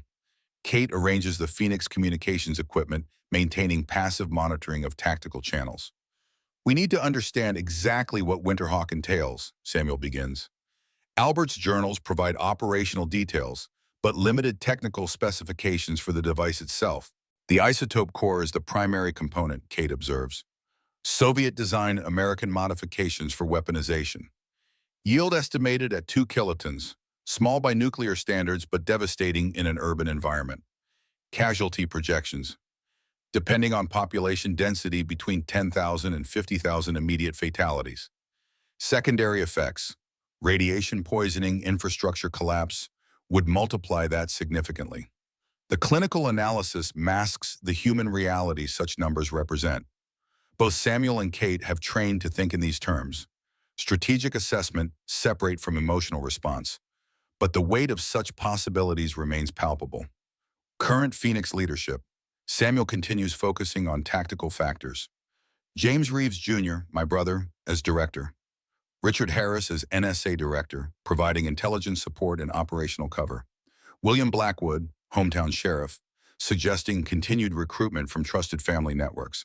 Classic intelligence dynasty model ensures loyalty, minimizes infiltration risks. Target selection for Winterhawk unclear. Albert's journals reference Berlin in 1987, symbolic value during Cold War obvious. Current geopolitical conditions suggest different strategic priorities. Kate considers this. Major international gathering G20 summit scheduled next month, or UN General Assembly begins session in 3 weeks. High-value civilian leadership targets, maximum media coverage, immediate global impact. Samuel nods. Consistent with false flag operational planning. As they continue analysis, Cooper enters with updated information. Transportation arranged. Private aircraft unregistered flight plan, experienced pilot with military background. Departure at 0400 hours from agricultural airstrip 20 miles north. Landing arrangements. Remote location Nevada desert approximately 15 miles from Phoenix facility. Further approach will require ground transportation and specialized equipment. Infiltration plan. Cooper unfolds a detailed topographical map of the Nevada facility surroundings. Aerial surveillance indicates 3 access points with varying security profiles. Primary entrance, maximum security, multiple checkpoints. Secondary entrance, moderate security, primarily for supply deliveries. Tertiary entrance, minimal visible security, possibly emergency access or utilities maintenance. Samuel examines the tertiary entrance location. Underground access tunnel connecting to main facility power and water systems. Limited personnel, automated security likely. Assessment accurate, Cooper confirms. Recommended insertion point, equipment package will include necessary bypass technologies for standard security systems. What about quantum encoded security? Kate asks. Phoenix employs advanced protocols beyond conventional measures. Cooper indicates the Eagle key. That device appears designed for precisely such countermeasures. If operational, should provide access beyond standard infiltration capabilities. The plan takes shape through methodical analysis and professional assessment. Samuel recognizes the familiar rhythm of operational planning: identification of objectives, assessment of resources, risk calculation, contingency development. The procedures remain unchanged despite 15 years away from active service. As night falls, they continue preparations. Cooper provides field equipment, tactical clothing, communications gear, weapons with appropriate ammunition. Everything unmarked, untraceable. Kate monitors Phoenix communications, noting increased activity as search patterns expand across multiple states. Their escape from Ohio has been detected, triggering wider resource deployment. Phoenix mobilizing additional assets, she reports. Interstate coordination, air surveillance resources. They're implementing full-spectrum search protocols. Time constraints increasing, Samuel observes. We need to reach Nevada facility before they recognize our ultimate objective. Cooper enters with final transportation confirmation. Aircraft fueled and ready, pilot briefed on mission parameters, limited information basis only. Departure window opens in 3 hours. The immediate path forward is clear, but Samuel's analytical mind continues processing the broader implications. The Eagle key represents more than access to Phoenix systems. It embodies Albert's long-term strategy, his insurance against organizational corruption. Something in Albert's final journal entries still troubles him: references to Sparrow and technology sources beyond conventional understanding. The quantum encoding capabilities of the Eagle key remain anomalous, inconsistent with known technological development timelines. As Kate and Cooper discuss final approach tactics for the Nevada facility, Samuel returns to Albert's journal, focusing on entries regarding Sparrow. The code name appears consistently throughout, identified as deep cover asset with access to advanced technology and extraction capabilities. A pattern emerges from careful analysis.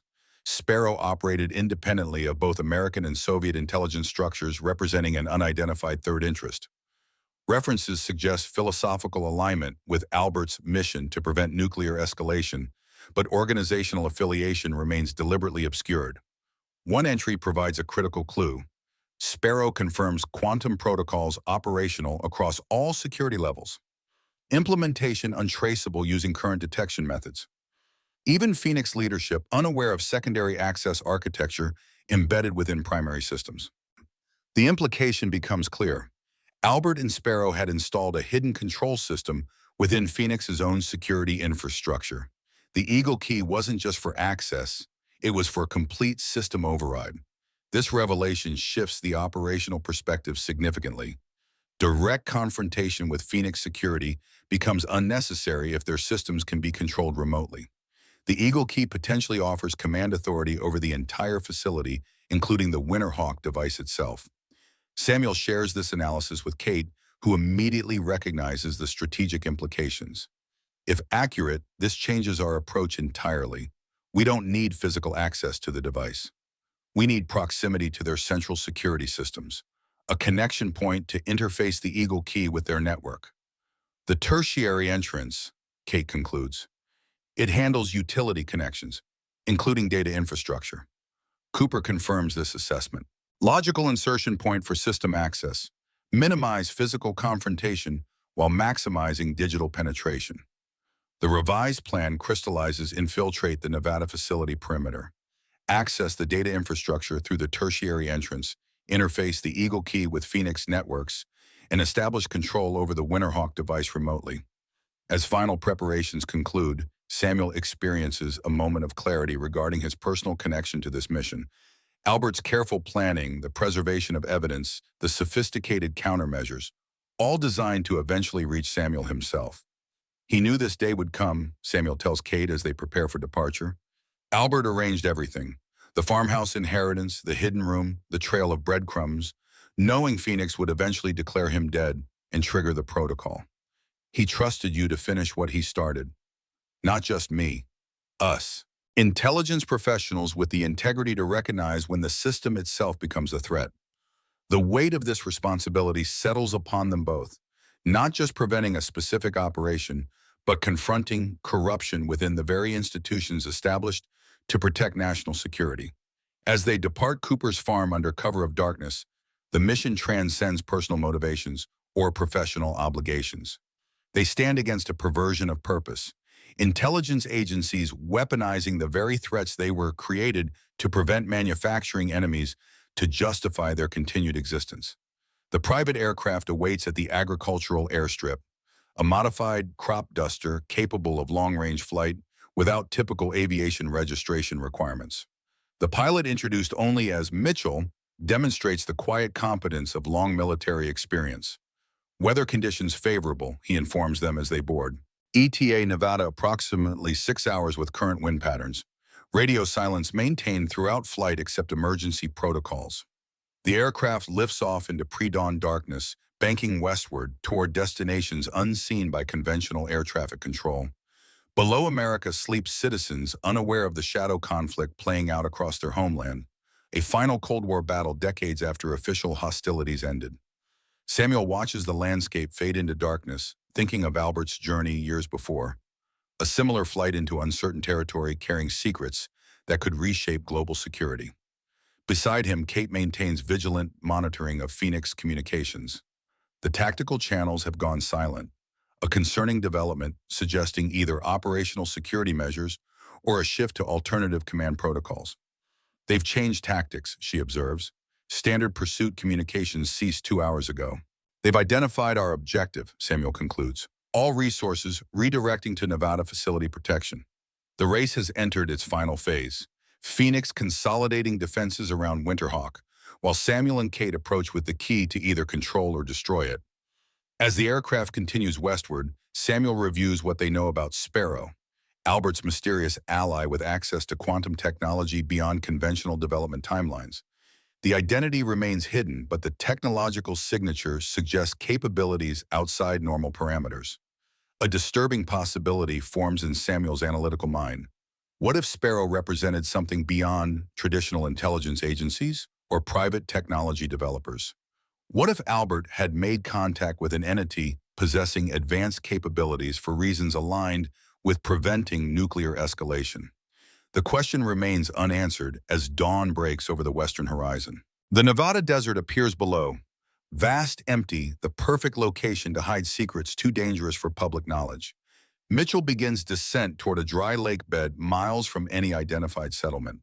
The terrain offers natural concealment, rock formations, and desert vegetation providing cover from aerial surveillance. As the aircraft touches down on the hardened desert surface, the next phase of their mission begins. The Phoenix facility lies 15 miles northeast, hidden within a non-designated military reservation adjacent to more publicized testing ranges. Cooper's arranged equipment awaits in a concealed cache.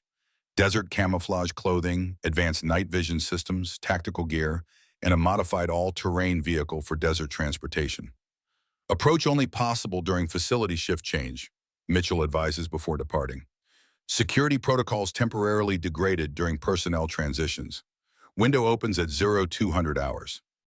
The aircraft departs, leaving Samuel and Kate alone in the vast desert landscape.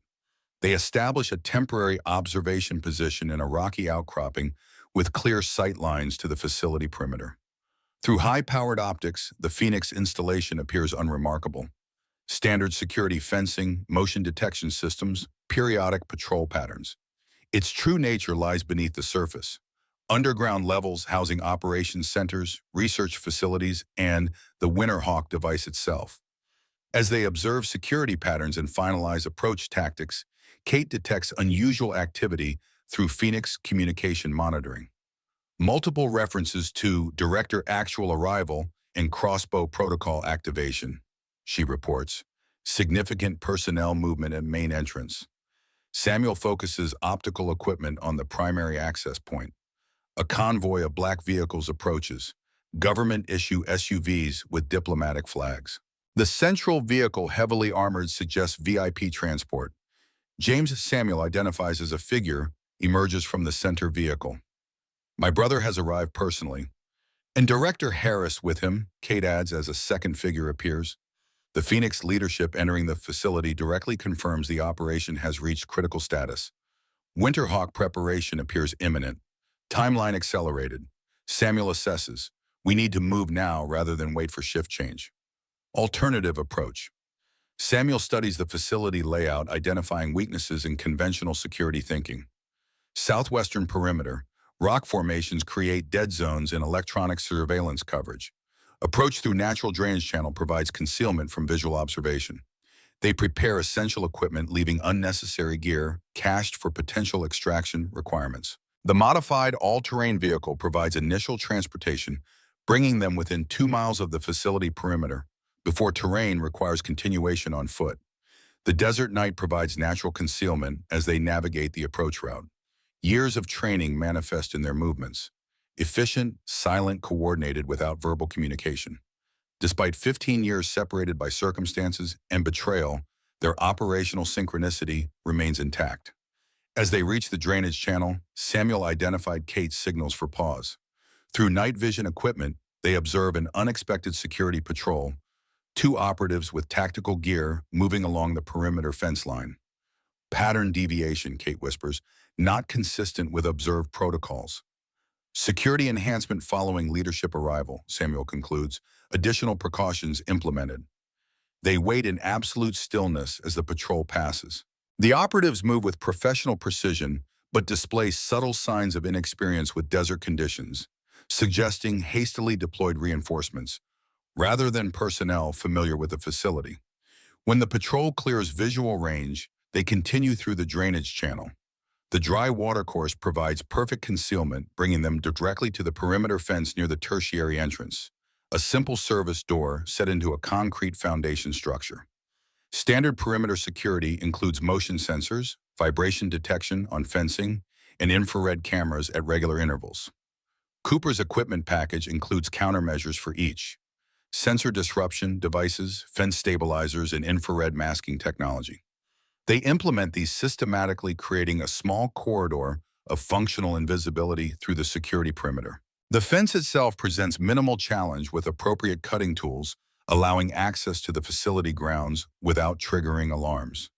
The tertiary entrance, designed for maintenance access to utility systems, features less sophisticated security than personnel entrances. A standard electronic lock with keypad access controls the steel door.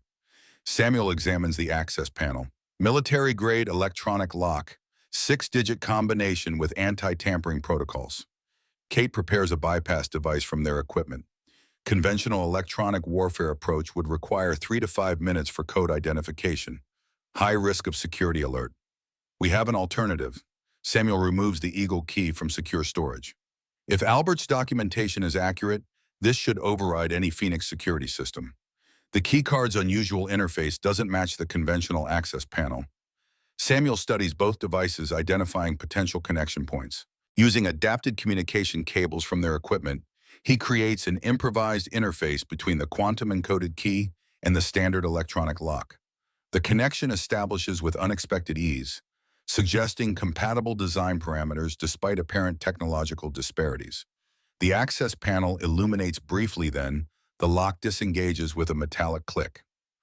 Quantum override successful, Samuel confirms. Albert's backdoor protocols operational. They enter the utility access corridor. a narrow concrete passage housing power conduits, water pipes, and data infrastructure cables. The space is utilitarian, illuminated by minimal emergency lighting, free from surveillance systems that would monitor personnel areas. Kate identifies the primary data trunk line, fiber optic cables connecting security systems throughout the facility. Central network connection point, all Phoenix systems integrated through this infrastructure. Samuel prepares the Eagle Key for full system interface. The device requires careful calibration for this expanded function, not just bypassing a single access point, but establishing command authority over the entire Phoenix security architecture. As Samuel works, Kate maintains security monitoring alert for patrol patterns or maintenance personnel. The utility corridor should remain unoccupied during normal operations, but their intelligence on precise staffing patterns remains limited. The interface connection establishes successfully confirmed by status indicators on the Eagle Key. Samuel activates the quantum protocols Albert designed decades earlier, dormant command structures embedded within Phoenix systems, waiting for activation by the appropriate authorization. The effect is immediate and comprehensive. Status displays throughout the facility would register momentary fluctuation before returning to apparently normal function, but control now routes through the Eagle Key interface rather than standard command protocols. System access established, Samuel confirms. We have monitoring capability for all Phoenix security functions and potential override authority for critical systems, including Winterhawk control mechanisms. If properly integrated into their network, yes. They proceed deeper into the utility corridor following data infrastructure toward the central facility. Their progress remains undetected. Conventional security systems continue reporting normal status despite their presence. The corridor eventually connects to a larger maintenance area with access to multiple facility levels. A service elevator provides potential transportation to deeper sections, but represents increased exposure risk. Alternative route. Samuel decides identifying a ventilation shaft with access to lower levels. The shaft dimensions are restrictive but navigable, another example of security oversight regarding physical infrastructure. They enter the ventilation system, moving methodically through the metal ductwork. The Eagle Key provides facility schematics through its interface with Phoenix systems, allowing precise navigation towards the Winterhawk storage location. As they approach the central research level, sounds of activity become audible through the ventilation system. Voices, equipment operation, security announcements. The facility has entered elevated status personnel mobilized for significant operations. A ventilation grate provides visual access to a laboratory area. Samuel observes carefully identifying scientific personnel and protective equipment surrounding what appears to be the isotope core they recovered from Albert's farmhouse. They're preparing integration procedures. He assesses based on visible activities. Technical specifications and compatibility verification for Winterhawk components. Timeline. Based on preparation protocols approximately 1 hour before potential device activation, they continue through the ventilation system, proceeding to the deepest facility level. According to schematics, the Winterhawk device remains stored in a specialized containment chamber with maximum security protocols. The ventilation shaft terminates near the chamber entrance. They exit carefully, finding themselves in a maintenance alcove adjacent to the main security corridor. 2 armed guards stand at attention outside reinforced doors marked Stasis Chamber, authorized personnel only. Direct confrontation remains undesirable. Neutralizing guards would immediately alert facility security to their presence. Instead, Samuel uses the Eagle Key interface to access local security protocols. Implementing security rotation override, he explains as his fingers manipulate the device. Standard protocol substitution using existing command structures. The guards' communication devices activate with new instructions, immediate reporting to security command for updated assignment. The professional conditioning of security personnel responds automatically to recognize authority patterns overriding situational awareness. As the guards depart, Samuel and Kate approach the chamber entrance. The security door features multiple verification systems, retinal scan handprint analysis, voice recognition, and code entry. Biometric security keyed to Phoenix leadership, Kate confirms. Your brother Director Harris, possibly others, with hereditary connection to original Phoenix command, including potential DNA recognition parameters. Samuel places the Eagle key against the central security panel. The quantum interface establishes connection with the chamber's specialized security protocols. After momentary resistance, the system accepts override commands. Albert's backdoor protocols penetrating even this most secure facility section. The massive door disengages with hydraulic precision. Beyond lies the Winterhawk chamber, a circular room with specialized containment equipment surrounding a central platform. On the platform rests what appears to be a briefcase-sized metal container, deceptively ordinary in appearance despite its catastrophic potential. They enter cautiously, securing the door behind them. The chamber's specialized design includes electromagnetic shielding and radiation containment, features that inadvertently provide additional security for their unauthorized presence by blocking standard monitoring systems.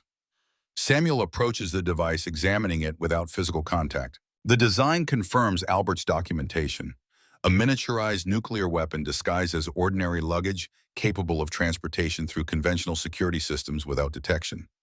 Soviet isotope technology with American weaponization modifications, he assesses, yield approximately 2 kilotons based on component configuration. Detonation mechanism requires both activation codes and physical isotope core integration. Kate examines the facility schematics through the Eagle key interface. Security alert in primary laboratory. They've discovered the isotope core exhibits unexpected properties. Albert's modifications, Samuel realizes. He altered the core composition before hiding it. Even with physical possession, they can't simply integrate it into the weapon. This explains their continued pursuit despite recovering the core from the farmhouse. They needed Samuel, or more specifically, they needed the Eagle key with its quantum command protocols to overcome Albert's modifications. Their infiltration remains undetected, but time constraints increase as Phoenix technical personnel identify integration challenges with the isotope core. The facility enters elevated security status, additional personnel deploying throughout all levels. Samuel connects the Eagle key directly to the Winterhawk device's control interface. The quantum protocols establish immediate recognition, confirming theories about Albert's deep integration into Phoenix systems. Full command authority established, he confirms. We have complete control over device functions. Deactivation options. Multiple possibilities. Physical component separation would render the device permanently inoperable. Alternatively, command code modification would prevent unauthorized activation regardless of physical configuration. As they consider optimal neutralization protocols, facility alarms activate. Emergency announcements echo through communication systems. Security breach detected, unauthorized access to restricted areas, full facility lockdown implementing. They've discovered our presence. Kate confirms, monitoring security channels through appropriated communication equipment. Proceeding with device neutralization. Samuel uses the Eagle key to access Winterhawk's core programming, the command architecture controlling all weapon functions. The quantum interface provides unprecedented access, revealing operational parameters beyond conventional understanding. What he discovers there changes everything. The device contains not just weapon systems, but comprehensive data archives. The complete operational history of Phoenix Division from its inception to present day. Financial records, personnel, files, operational directives, political connections, everything necessary to expose decades of unauthorized activities outside legitimate oversight. And something else, evidence of technology far beyond acknowledged development timelines. Components within Winterhawk itself display manufacturing signatures inconsistent with known human technological capabilities. This isn't just a weapon, Samuel realizes with growing astonishment. It's a Trojan horse, the ultimate insurance policy. As security forces mobilize throughout the facility converging on the stasis chamber, Samuel makes a critical discovery within the command architecture. A message embedded in code written in Albert's distinctive cryptographic style. Samuel, if you're reading this, Sparrow's prediction was correct. Phoenix activation inevitable following my official death. Winterhawk was never the true threat. It's what Phoenix would become without opposition. The weapon is secondary to what it contains. Quantum protocols will transmit all Phoenix archives to designated secure repositories upon your authentication. The choice is yours, remember. Time reveals all secrets. The truth crystallizes in Samuel's mind. Albert's decades-long strategy, the careful positioning of evidence and technology, the quantum backdoors planted throughout Phoenix systems, not just to prevent a nuclear incident, but to expose the entire shadow organization when the moment was right. Security forces approach the chamber entrance. Alarms continue throughout the facility.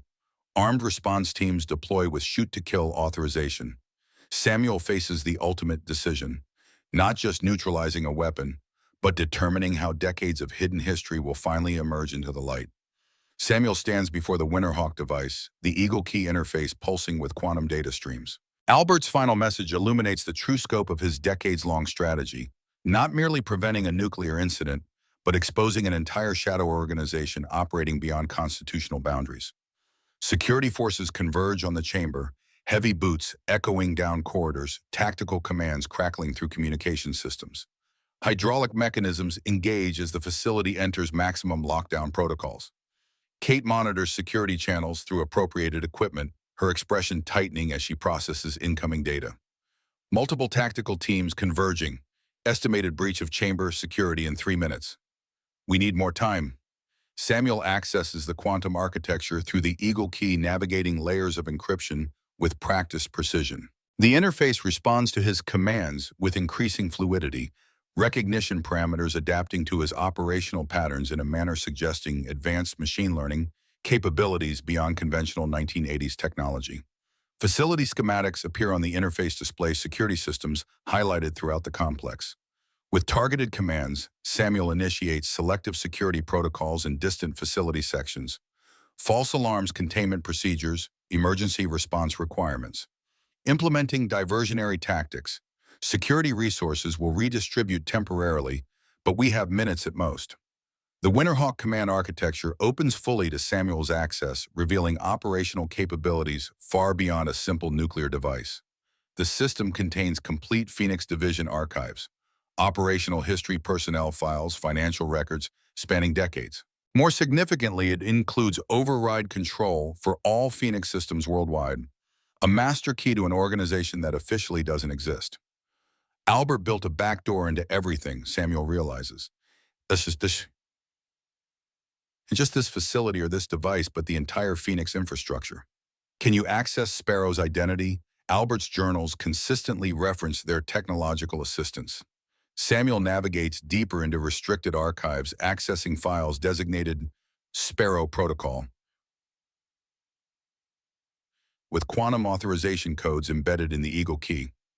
What he discovers defies conventional understanding of Cold War technology. Technical specifications for quantum computing architecture decades ahead of known development timelines. Communication protocols operating on principles still theoretical in current scientific literature. Power generation systems utilizing energy conversion methods beyond established physics. This isn't possible, Samuel whispers, professional detachment momentarily breached by genuine astonishment. These technological signatures, they're not consistent with any known research program, American or Soviet. The security breach alarms intensify. Tactical teams reach the outer corridor, preparing specialized equipment to breach the reinforced chamber doors. Samuel, we're out of time. One moment. He accesses the command core where Albert has left final instructions, quantum encoding protocols that would transmit the entire Phoenix archive to multiple secure repositories worldwide upon proper authentication. A dead man's switch designed to activate in precisely these circumstances.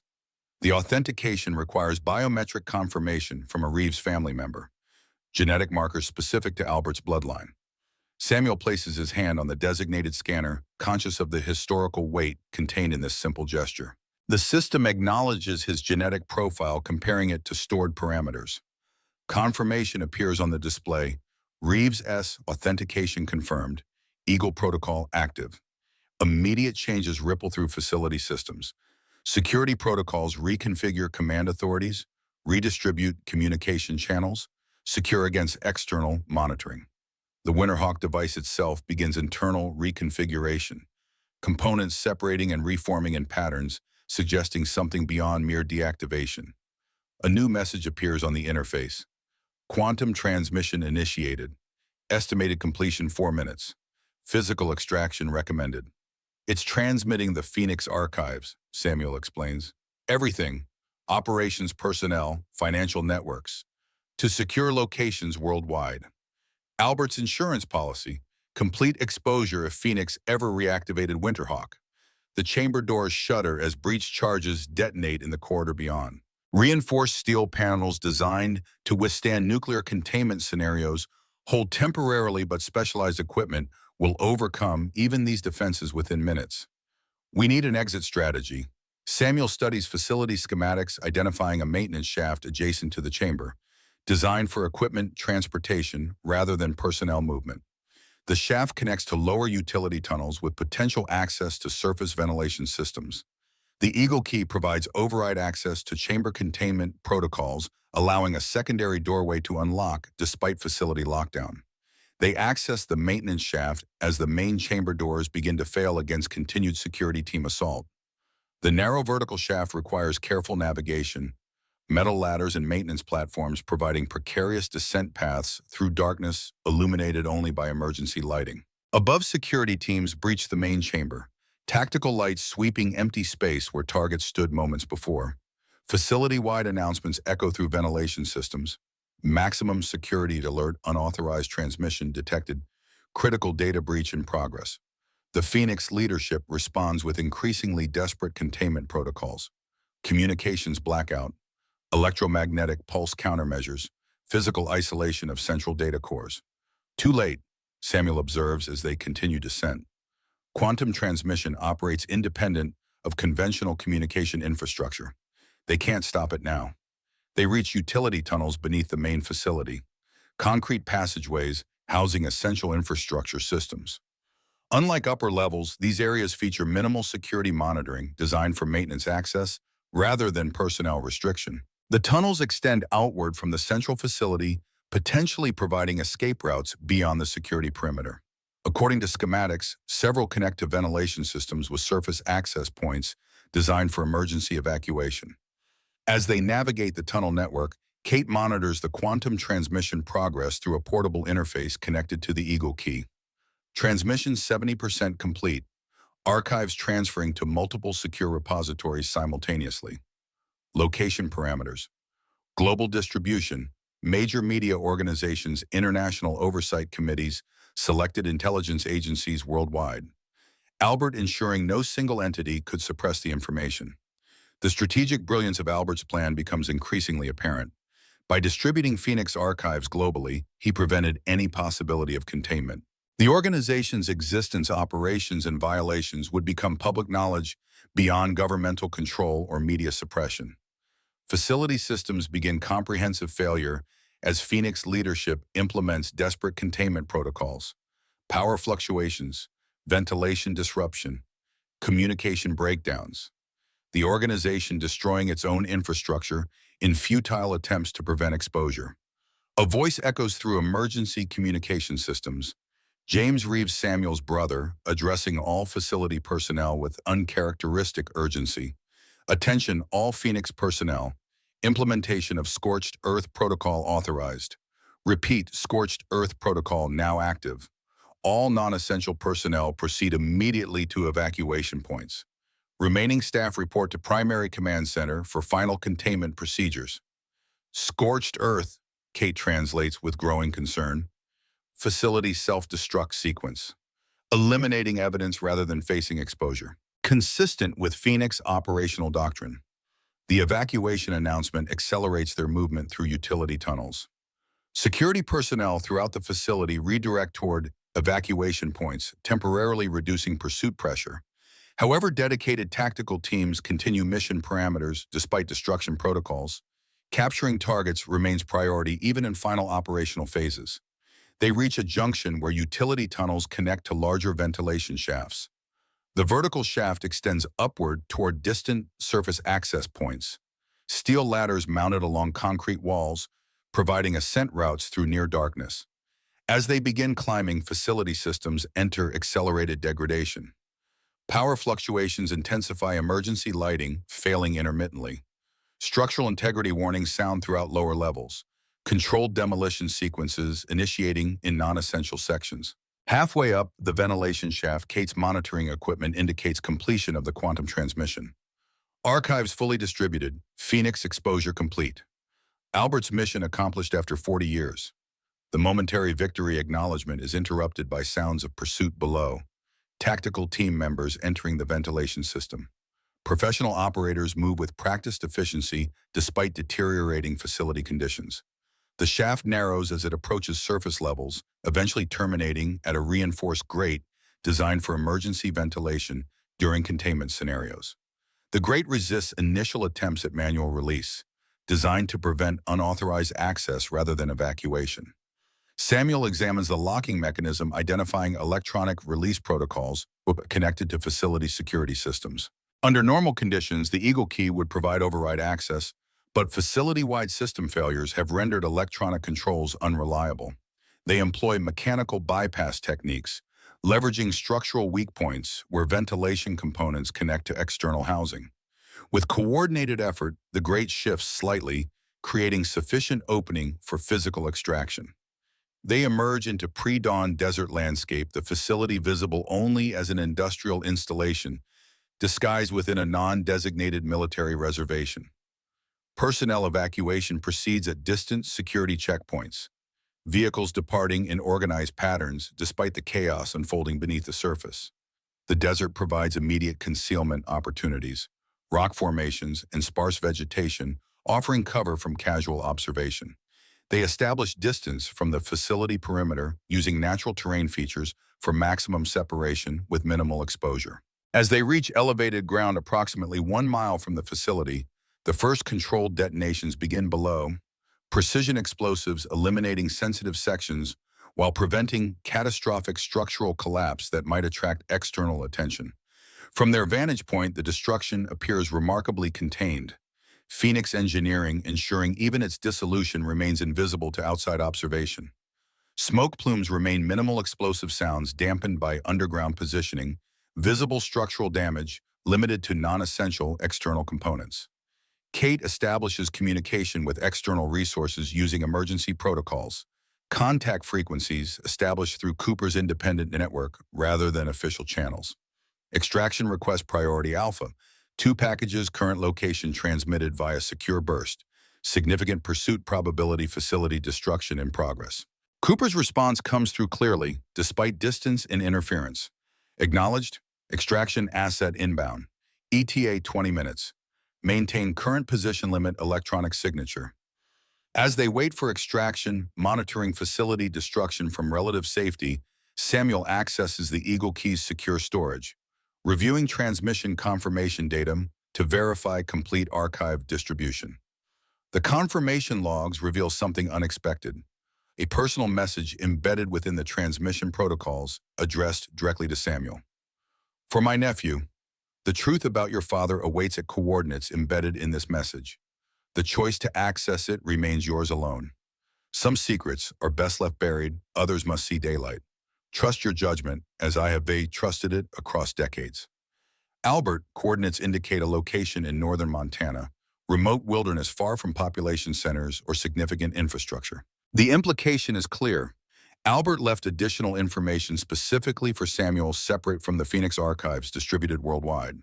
The facility destruction proceeds methodically, secondary detonations indicating deeper structural elimination. Evacuation continues at primary access points, high-value personnel, departing via helicopter from a landing zone adjacent to the main entrance. Through optical equipment, Samuel identifies 2 figures boarding the primary transport, Director Harris and James Reeves' Phoenix leadership escaping the organizational collapse they can no longer prevent. They're running, Kate observes, abandoning the facility and everything in it.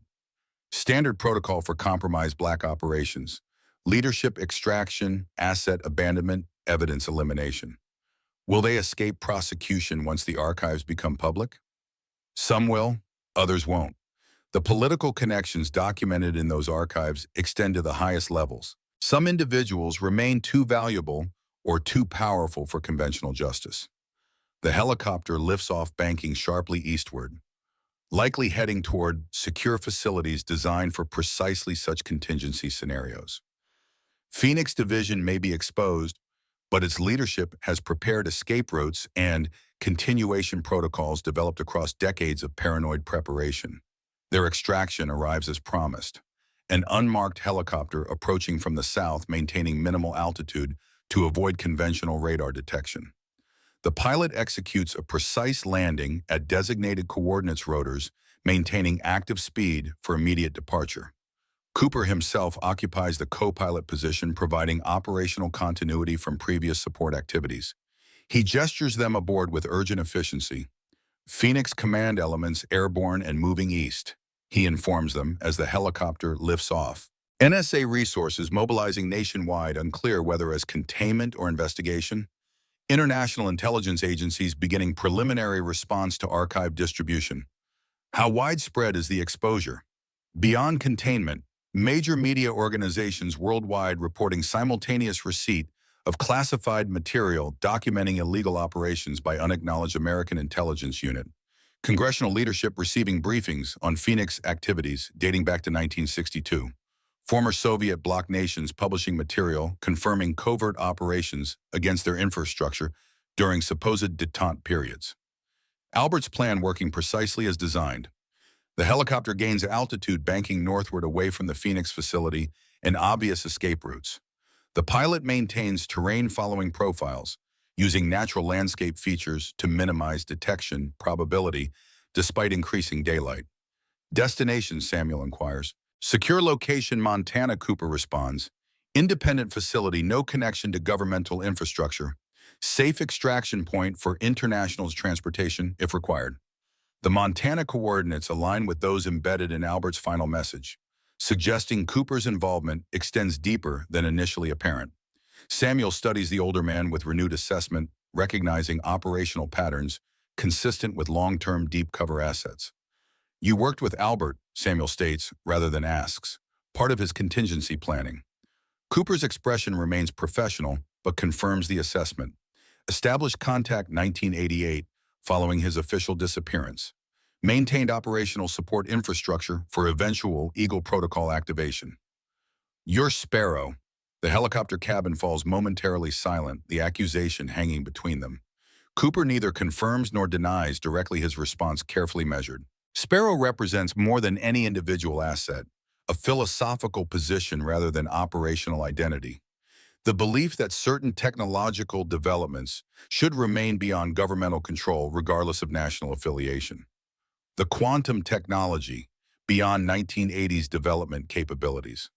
Beyond current capabilities, Cooper corrects, certain scientific advancements occurred, independent of conventional research channels. The implication remains deliberately ambiguous, suggesting technological development outside officially acknowledged parameters. Whether private sector breakthrough, classified military research, or something more exotic remains unstated. Kate maintains professional focus despite these revelations. The Phoenix archives are public. Winterhawk neutralized. What remains of the operation? Accountability. Cooper responds. Phoenix leadership escaping facility destruction. Operational assets worldwide implementing continuity protocols. The political connections activating the containment strategies through media manipulation and classification oversight. They'll try to dismiss the archives as forgery or foreign disinformation, Samuel concludes. Standard counterexposure protocols for compromised black operations, which is why additional evidence remains critical. Physical documentation, testimony from involved personnel, chain of custody verification for distributed materials. The helicopter continues northward following mountain ranges and forest corridors to minimize detection probability.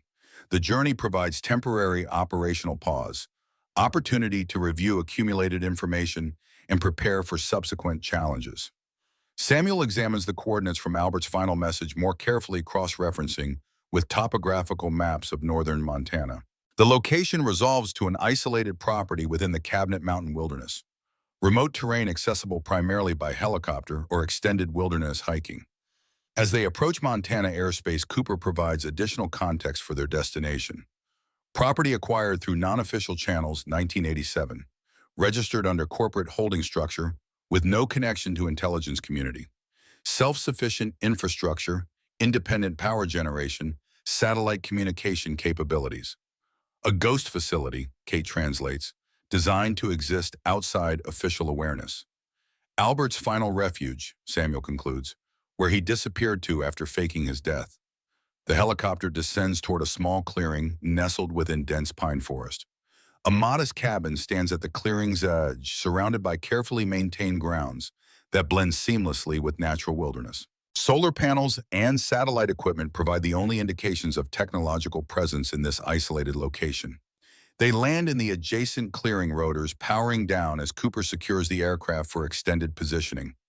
The mountain air carries the scent of pine and clean water, environmental purity reflecting the location's isolation from industrial influence.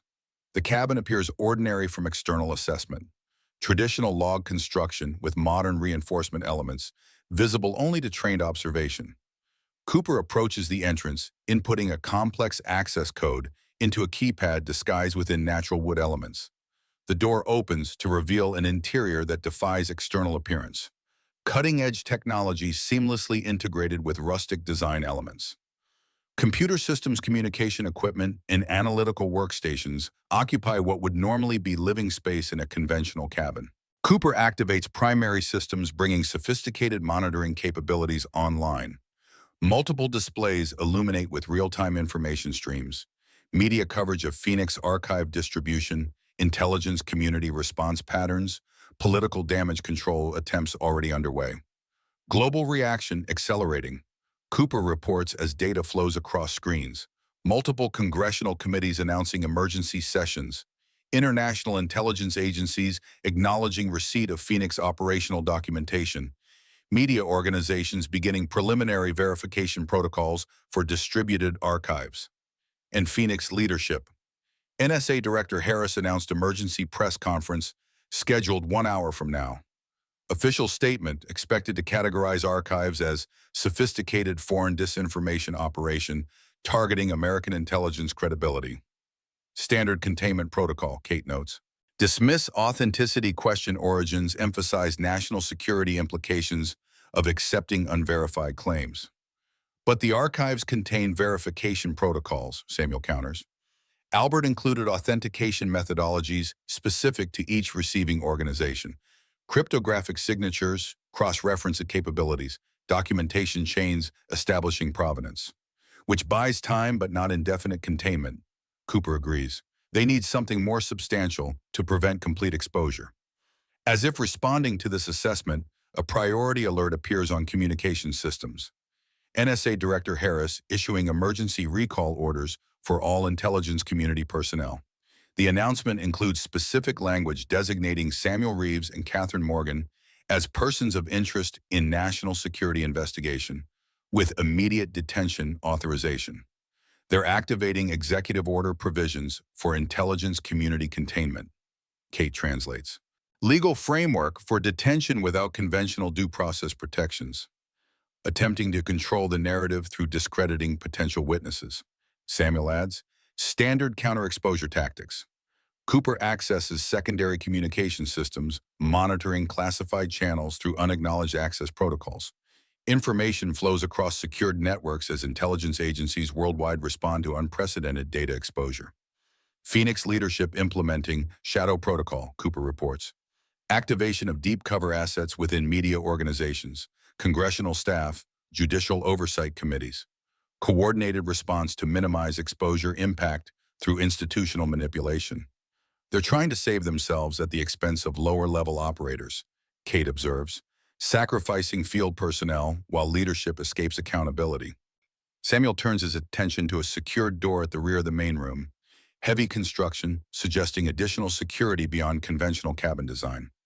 The door features no visible access mechanism, its surface unmarked by traditional entry systems. Cooper notices his interest. Albert's private workspace, access restricted to blood relatives through genetic recognition protocols. Samuel approaches the door, examining its seamless integration with surrounding structural elements. A nearly invisible panel slides aside when he approaches, revealing a simple palm scanner embedded within the wooden frame. He places his hand on the scanner, conscious of following his uncle's footsteps across decades of preparation. The system activates, analyzing genetic markers against stored parameters. After momentary processing, the door releases with a soft pneumatic hiss. I'll remain here, Cooper states, monitoring external developments. What lies beyond is for you alone. The room beyond defies spatial expectations. Larger than external cabin dimensions would suggesting underground expansion beneath the visible structure. The space contains comprehensive research facilities, document storage systems, and technological elements inconsistent with conventional development timelines. At the center stands a simple desk with a single envelope placed precisely at its center. The envelope bears Samuel's name and Albert's distinctive handwriting. Final communication prepared decades earlier for this specific moment. Samuel opens the envelope carefully, finding a handwritten letter rather than electronic media or coded instructions. Samuel, if you're reading this, the Eagle Protocol has activated successfully. Phoenix Division exposure is complete, their operational capability neutralized. My life's work culminating in the moment you entered this room. What follows is the hardest truth I've carried across decades of silence. The truth about your father, James Reeves Sr., and the origins of Phoenix Division itself. Your father was not simply Phoenix leadership, he was its architect. The division formed from his conviction that American survival required capabilities beyond constitutional constraints or congressional oversight. His brilliance created the organizational structure that operated in shadows for decades. But Operation Iron Gate revealed something darker. During the Cuban Missile Crisis, Phoenix leadership, including your father, advocated for preemptive nuclear strike against Soviet assets. When overruled by Kennedy administration, they began development of alternative capabilities, including Winterhawk. The isotope technology was never stolen from Soviet facilities. It was developed within American black research programs designed with Soviet attribution signatures specifically for false flag operations. Your father personally authorized research using human test subjects, political prisoners, unregistered immigrants, individuals selected for experimental protocols without knowledge or consent. I discovered these activities during routine intelligence assessment. When I confronted your father, he offered partnership rather than denial. History requires men willing to carry burdens others cannot, he told me. Sometimes darkness is necessary to preserve the light. I feigned acceptance to gain operational access, documenting evidence while establishing countermeasures against their technological developments. The quantum technology you've encountered came through Sparrow, not an individual, but a collective entity with resources beyond conventional understanding. Their assistance proved crucial when Phoenix leadership discovered my true intentions. Your father ordered my elimination personally, his own brother sentenced to death for betraying organizational loyalty. When extraction proved successful, he redirected that rage toward my memory, poisoning your understanding of my actions, ensuring the Reeves family considered me traitor rather than whistleblower. James Jr. followed his father's path from childhood, groomed a successor, indoctrinated into philosophical frameworks justifying extra-constitutional operations as patriotic necessity. By the time you read this, he leads the organization his father built, continuing operations beyond oversight or accountability. This truth is your burden now. The Phoenix archives will expose organizational operations, but cannot fully illuminate the personal betrayals underlying its existence. That knowledge remains yours alone, to share or withhold according to your judgment. One final truth remains. Your mother's death was not the car accident reported officially. She discovered your father's activities threatened exposure. Phoenix assets implemented what they termed regrettable but necessary containment. I'm sorry for the weight this knowledge brings. Some truths destroy more than they heal. But you deserve to know why your path led here, why your father's brother vanished, why your life diverged from expected trajectories, why Phoenix resources consistently undermined your intelligence career. The facility remains yours. Sparrow resources available through established protocols. Cooper will provide operational continuity for whatever path you choose, with respect and faith in your judgment. Albert Reeves. Samuel lowers the letter, decades of personal history suddenly recontextualized through this final revelation. His father's distant coldness, his brother's fanatical organizational loyalty, his mother's death, pieces of a personal puzzle finally aligned into comprehensible pattern. Beyond the personal implications, Albert's letter confirms operational assessment. Phoenix leadership escaping facility destruction will implement continuity protocols despite archive exposure. James Reeves continues family tradition, sacrificing organizational infrastructure to preserve leadership capability for eventual reconstitution. Samuel returns to the main room where Cooper and Kate monitor ongoing developments. Media coverage expands exponentially as Phoenix archives undergo preliminary verification by multiple organizations simultaneously. Congressional response accelerates oversight committees announcing emergency sessions to address unauthorized intelligence operations. My brother Samuel states decision crystallizing through professional assessment rather than emotional response. Where is he now? Cooper accesses specialized tracking systems, capabilities beyond conventional intelligence resources. Private airfield outside Las Vegas. Preparing departure via chartered aircraft. Destination encoded, but flight plans suggest non-extradition territory. Phoenix continuity protocol. Leadership extraction to prepared facilities outside American jurisdiction. NSA Director Harris already departed aboard military transport. Diplomatic credentials preventing standard aviation oversight. Samuel accesses communication systems, reviewing Phoenix archive distribution impact across global information networks. The organizational exposure proceeds exactly as Albert designed. Multiple simultaneous revelations, preventing coordinated containment verification protocols, ensuring credibility despite inevitable official denials. But James escaping accountability represents operational failure within strategic success.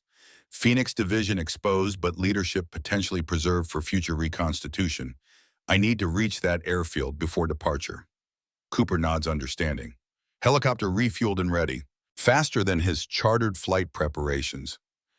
Intercept possible with immediate departure. This is beyond operational parameters, Kate cautions. Personal confrontation rather than strategic necessity. It's both, Samuel responds. Phoenix continuity depends on leadership preservation. Operational success requires James contained alongside organizational exposure. The unspoken personal dimension remains acknowledged but unaddressed. Family accountability beyond strategic considerations. Samuel's professional assessment providing rationalization for what remains fundamentally a brother confronting brother across generational betrayal. They depart immediately helicopter, lifting off towards southern coordinates. Cooper pilots personally employing flight patterns, minimizing detection probability despite increasing daylight. The aircraft maintains maximum speed while navigating mountainous terrain through professionally executed maneuvers. Communication systems monitor Phoenix dissolution in real time. Operatives implementing emergency protocols, worldwide assets destroying documentation safe houses, evacuated financial resources transferred through laundering mechanisms designed for organizational collapse scenarios. The chartered aircraft awaiting James remains grounded at the private airfield. Final preparations delayed by technical requirements and documentation processing. Sufficient window exists for potential intercept before departure. Cooper lands at an adjacent airstrip, small aviation facility primarily serving local recreational pilots. The location provides operational access to the private airfield without triggering immediate security response. Samuel proceeds alone toward the primary facility tactical approach, utilizing maintenance access routes rather than main entrances. His brother's security detail will employ standard protective protocols, perimeter observation access control, departure route security. The Eagle Key provides unexpected operational advantage, quantum protocols accessing local security systems through previously unidentified capabilities.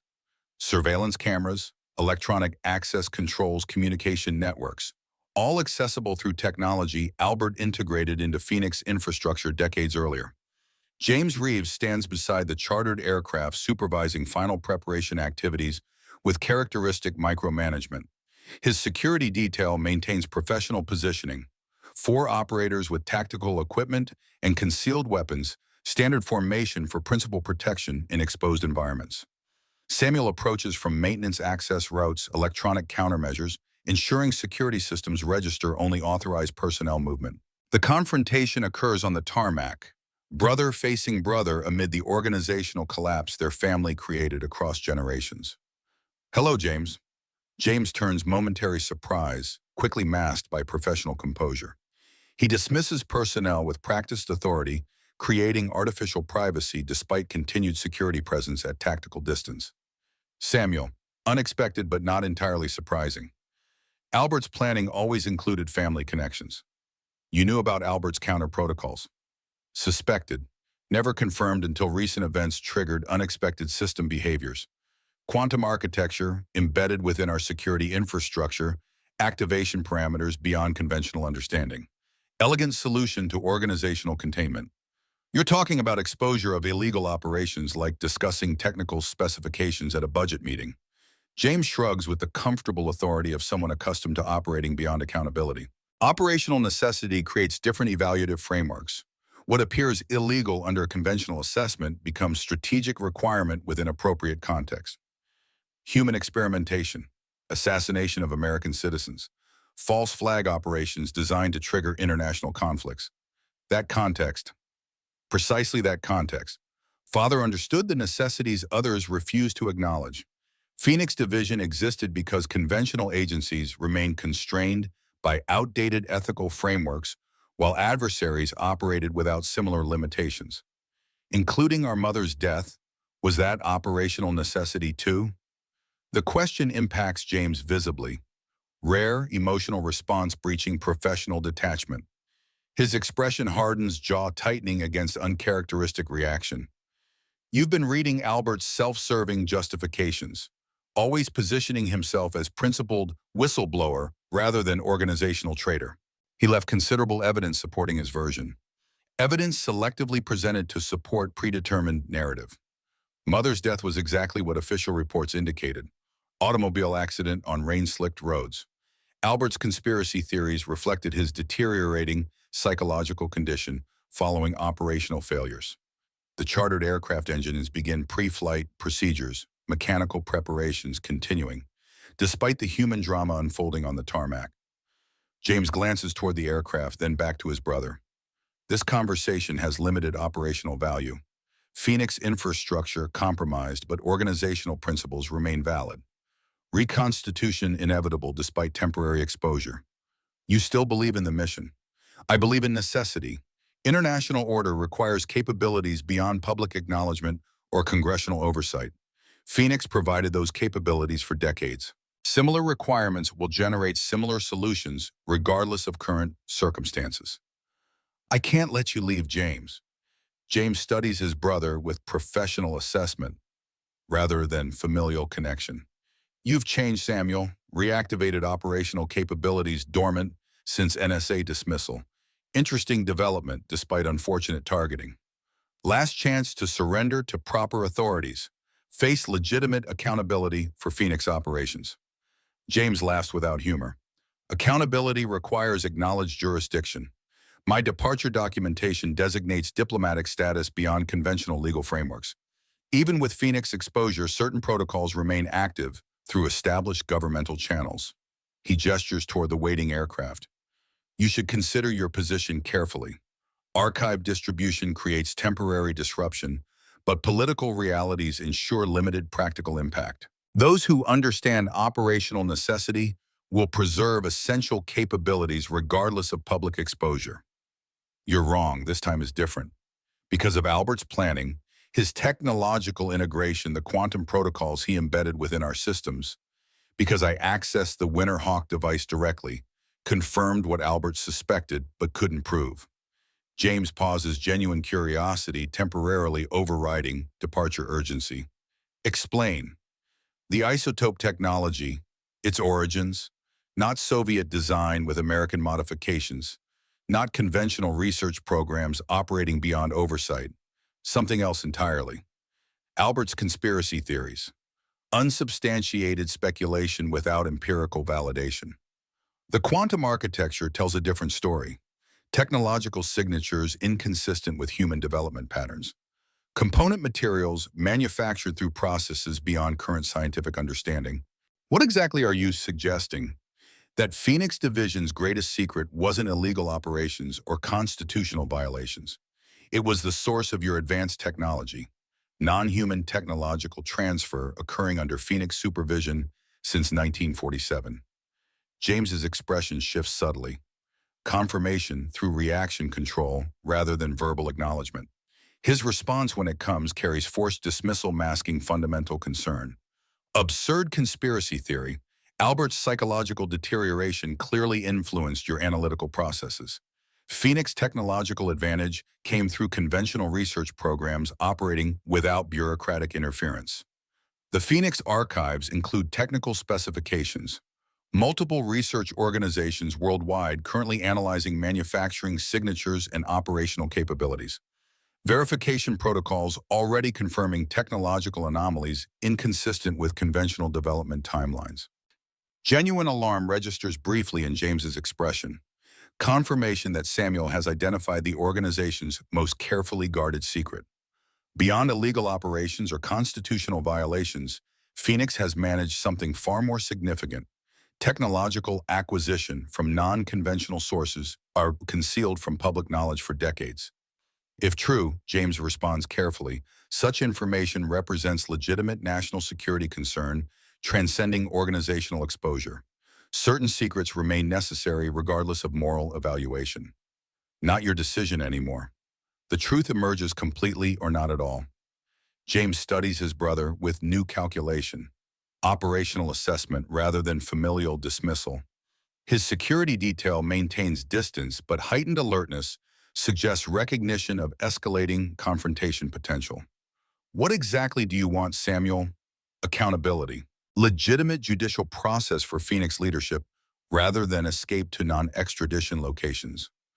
Comprehensive disclosure of all operations, including technological acquisition programs.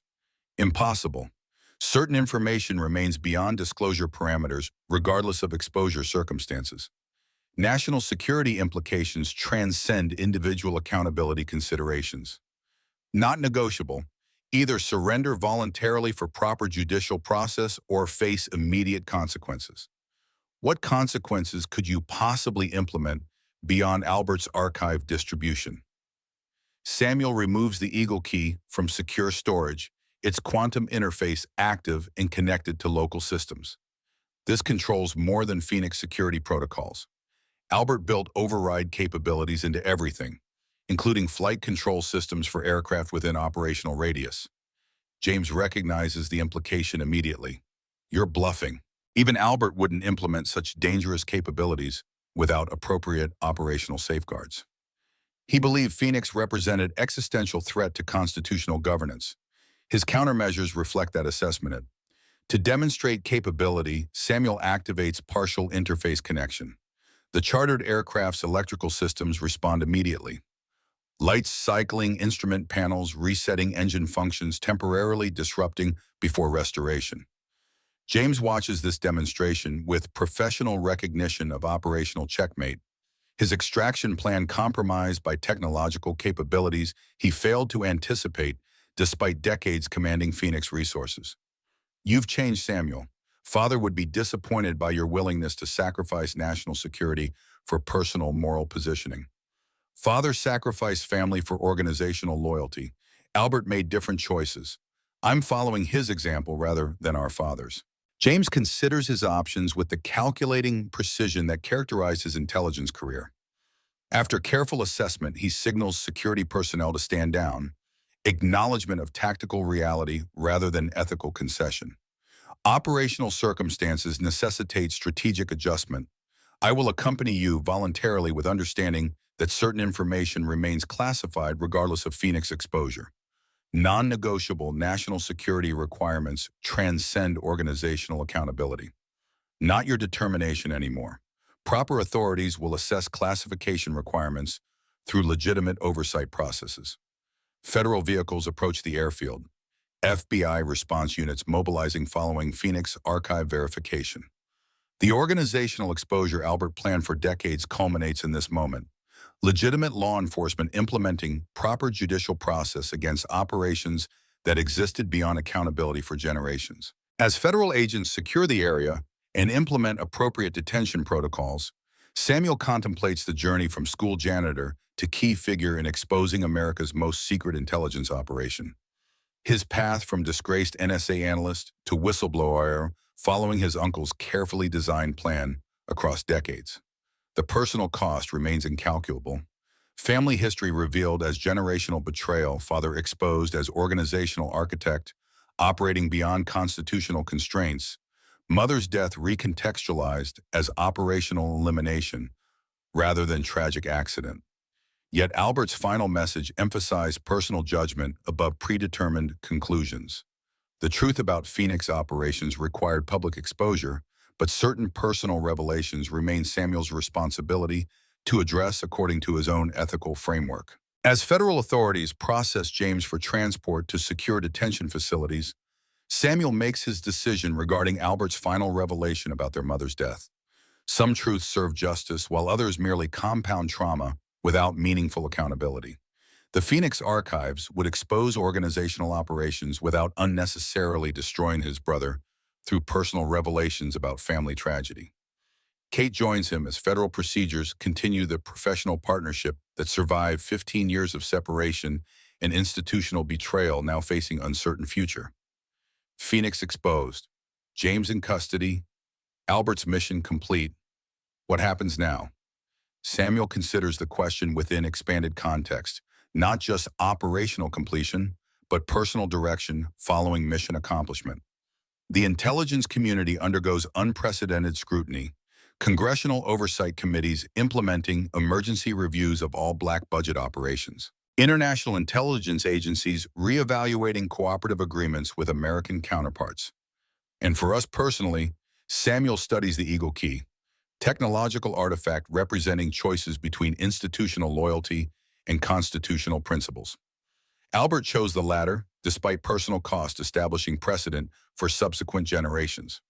We ensure the exposure remains comprehensive. Phoenix leadership will attempt containment through classification national security exemptions, limited accountability for selected individuals. The evidence must remain public, despite inevitable institutional resistance. After that, I promised a school principal that I'd finish waxing the gymnasium floor. The comment carries deadpan delivery masking deeper meaning, acknowledgement that ordinary responsibilities continue regardless of extraordinary circumstances. The janitor who exposed America's darkest intelligence operations still maintains commitments to mundane obligations. Cooper approaches as the federal procedures near completion, his expressions suggesting operational developments beyond current circumstances. Sparrow Protocol implementation continuing according to established parameters. Technological segregation underway, preventing institutional reacquisition of advanced systems. Alternative storage locations activated worldwide. The non-conventional technology secured beyond governmental control. As Albert intended, some capabilities remain beyond institutional ownership regardless of national affiliation or security justification. Federal agents complete detention procedures, James secure within appropriate transport protocols. His expression as vehicles depart carries neither defeat nor acceptance, merely tactical assessment of circumstances requiring strategic adjustment rather than operational surrender. Samuel knows his brother's philosophical framework remains unchanged despite organizational exposure. The belief in necessity transcending constitutional constraints represents generational perspective rather than individual corruption, a worldview inherited from their father and reinforced through decades of institutional validation. The fundamental conflict extends beyond specific operations or individual accountability, competing visions of American governance and intelligence operations. Constitutional boundaries with legitimate oversight versus operational necessity beyond institutional constraint. Principles established during national foundation versus pragmatic adaptation to modern threats. As federal procedures conclude and the airfield returns to normal operations, Samuel makes his decision regarding Albert's Montana facility and the resources it contains. The technological capabilities, secure communication systems, and independent infrastructure represent significant operational advantage for potential future requirements. The cabin remains available, Cooper notes, anticipating Samuel's thought process, designed specifically for continued operations beyond institutional awareness. Sparrow protocols maintain security parameters regardless of conventional surveillance capabilities. A base for oversight rather than operations, Samuel clarifies, monitoring rather than implementation, verification rather than intervention. Appropriate utilization given current circumstances. Phoenix exposure creates temporary accountability, but institutional tendencies toward expanded capability remain constant across political administrations. The observation carries weight beyond immediate operational considerations. Acknowledgement that exposing Phoenix Division represents single battle within ongoing conflict between constitutional governance and intelligence operations beyond oversight. Today's victory establishes precedent without guaranteeing permanent institutional reform. Kate recognizes the implications for personal commitment beyond current mission parameters. You're suggesting continued involvement rather than retirement following Phoenix exposure. Albert maintained operational awareness for decades following official disappearance, established countermeasures against institutional overreach without direct confrontation until circumstances required intervention. A watchman rather than whistleblower, until whistleblowing becomes necessary. The Montana facility, Eagle Key Technology, and Sparrow Resources provide foundation for this ongoing responsibility. Verification protocols, ensuring intelligence operations remain within constitutional parameters without preemptive exposure of legitimate national security activities. As they depart the airfield, Samuel contemplates the journey ahead, not retirement from intelligence concerns, but evolution toward oversight role Albert designed through decades of careful planning. The janitor who exposed America's darkest intelligence operation, transitioning to guardian against similar developments in future governmental structures. The family legacy redefined through conscious choice rather than inherited perspective. Albert's path rather than his father's. Constitutional principles rather than operational necessity. Accountability rather than expediency. The eagle flies once more. 6 months after the Phoenix Division exposure, Samuel Reeves kneels beside a simple headstone in Arlington National Cemetery. The marker reads, Albert Reeves, Captain, United States Air Force, 1935-2023. Though his body was never recovered, Albert's service record has been posthumously corrected. His status changed from missing presumed defected to honorable service with distinction.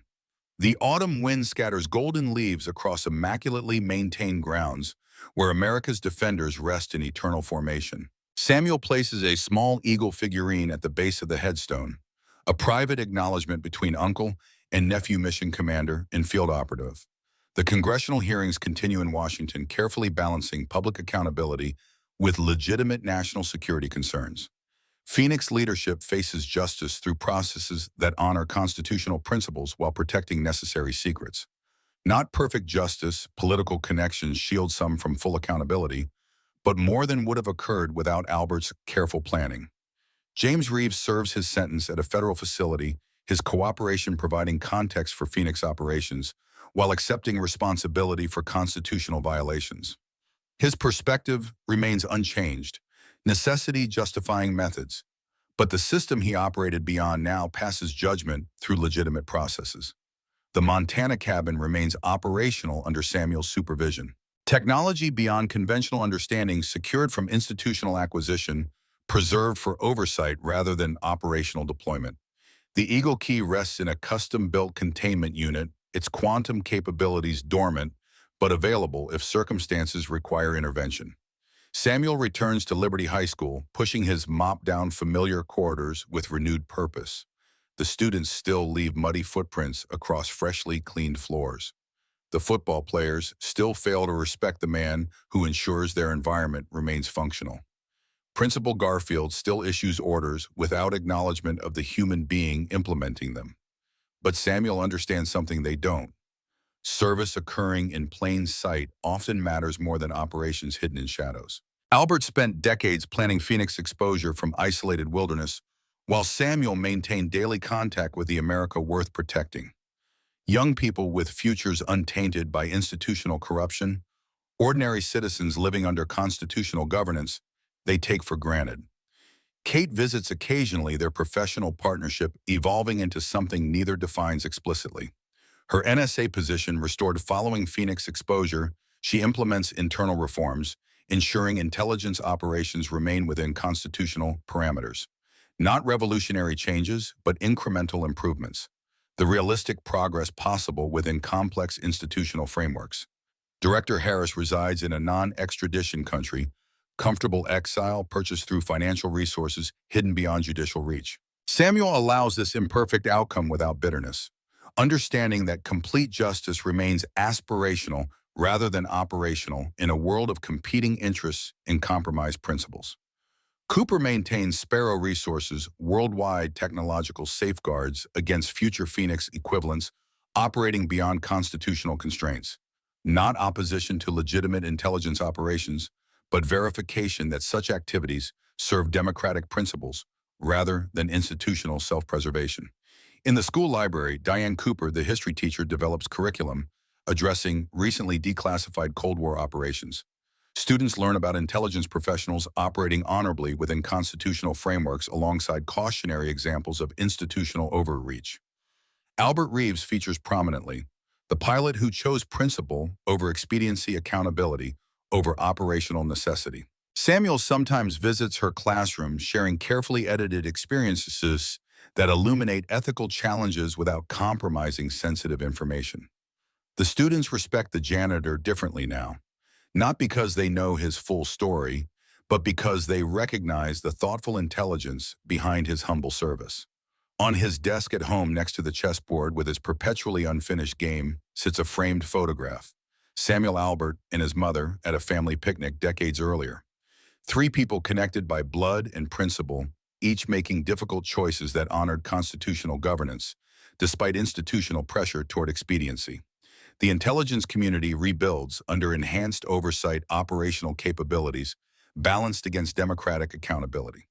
Not perfect resolution, human institutions resist fundamental change, but meaningful improvement established through individual choices prioritizing principle over power. Samuel understands the permanent nature of this struggle, each generation facing its own version of Phoenix division, operational necessity, arguing against constitutional constraint. Albert's mission remains incomplete, not through failure, but through the reality that liberty requires continuous defense against expediency. The Eagle Key remains available if needed. Sparrow Resources maintain vigilance against institutional overreach. But Samuel's most important contribution occurs daily in school hallways, showing young citizens that service requires no special recognition, only commitment to principles larger than individual ambition. The janitor who exposed America's darkest intelligence operation continues pushing his mop across linoleum floors, ensuring the next generation inherits clean hallways and constitutional governance, both requiring constant maintenance to preserve their essential function. Some battles end. The war for democratic principles continues. And sometimes the most important intelligence operative in America looks exactly like the person everyone overlooks. The janitor with watchful eyes ensuring the lights remain on in Liberty's hallways.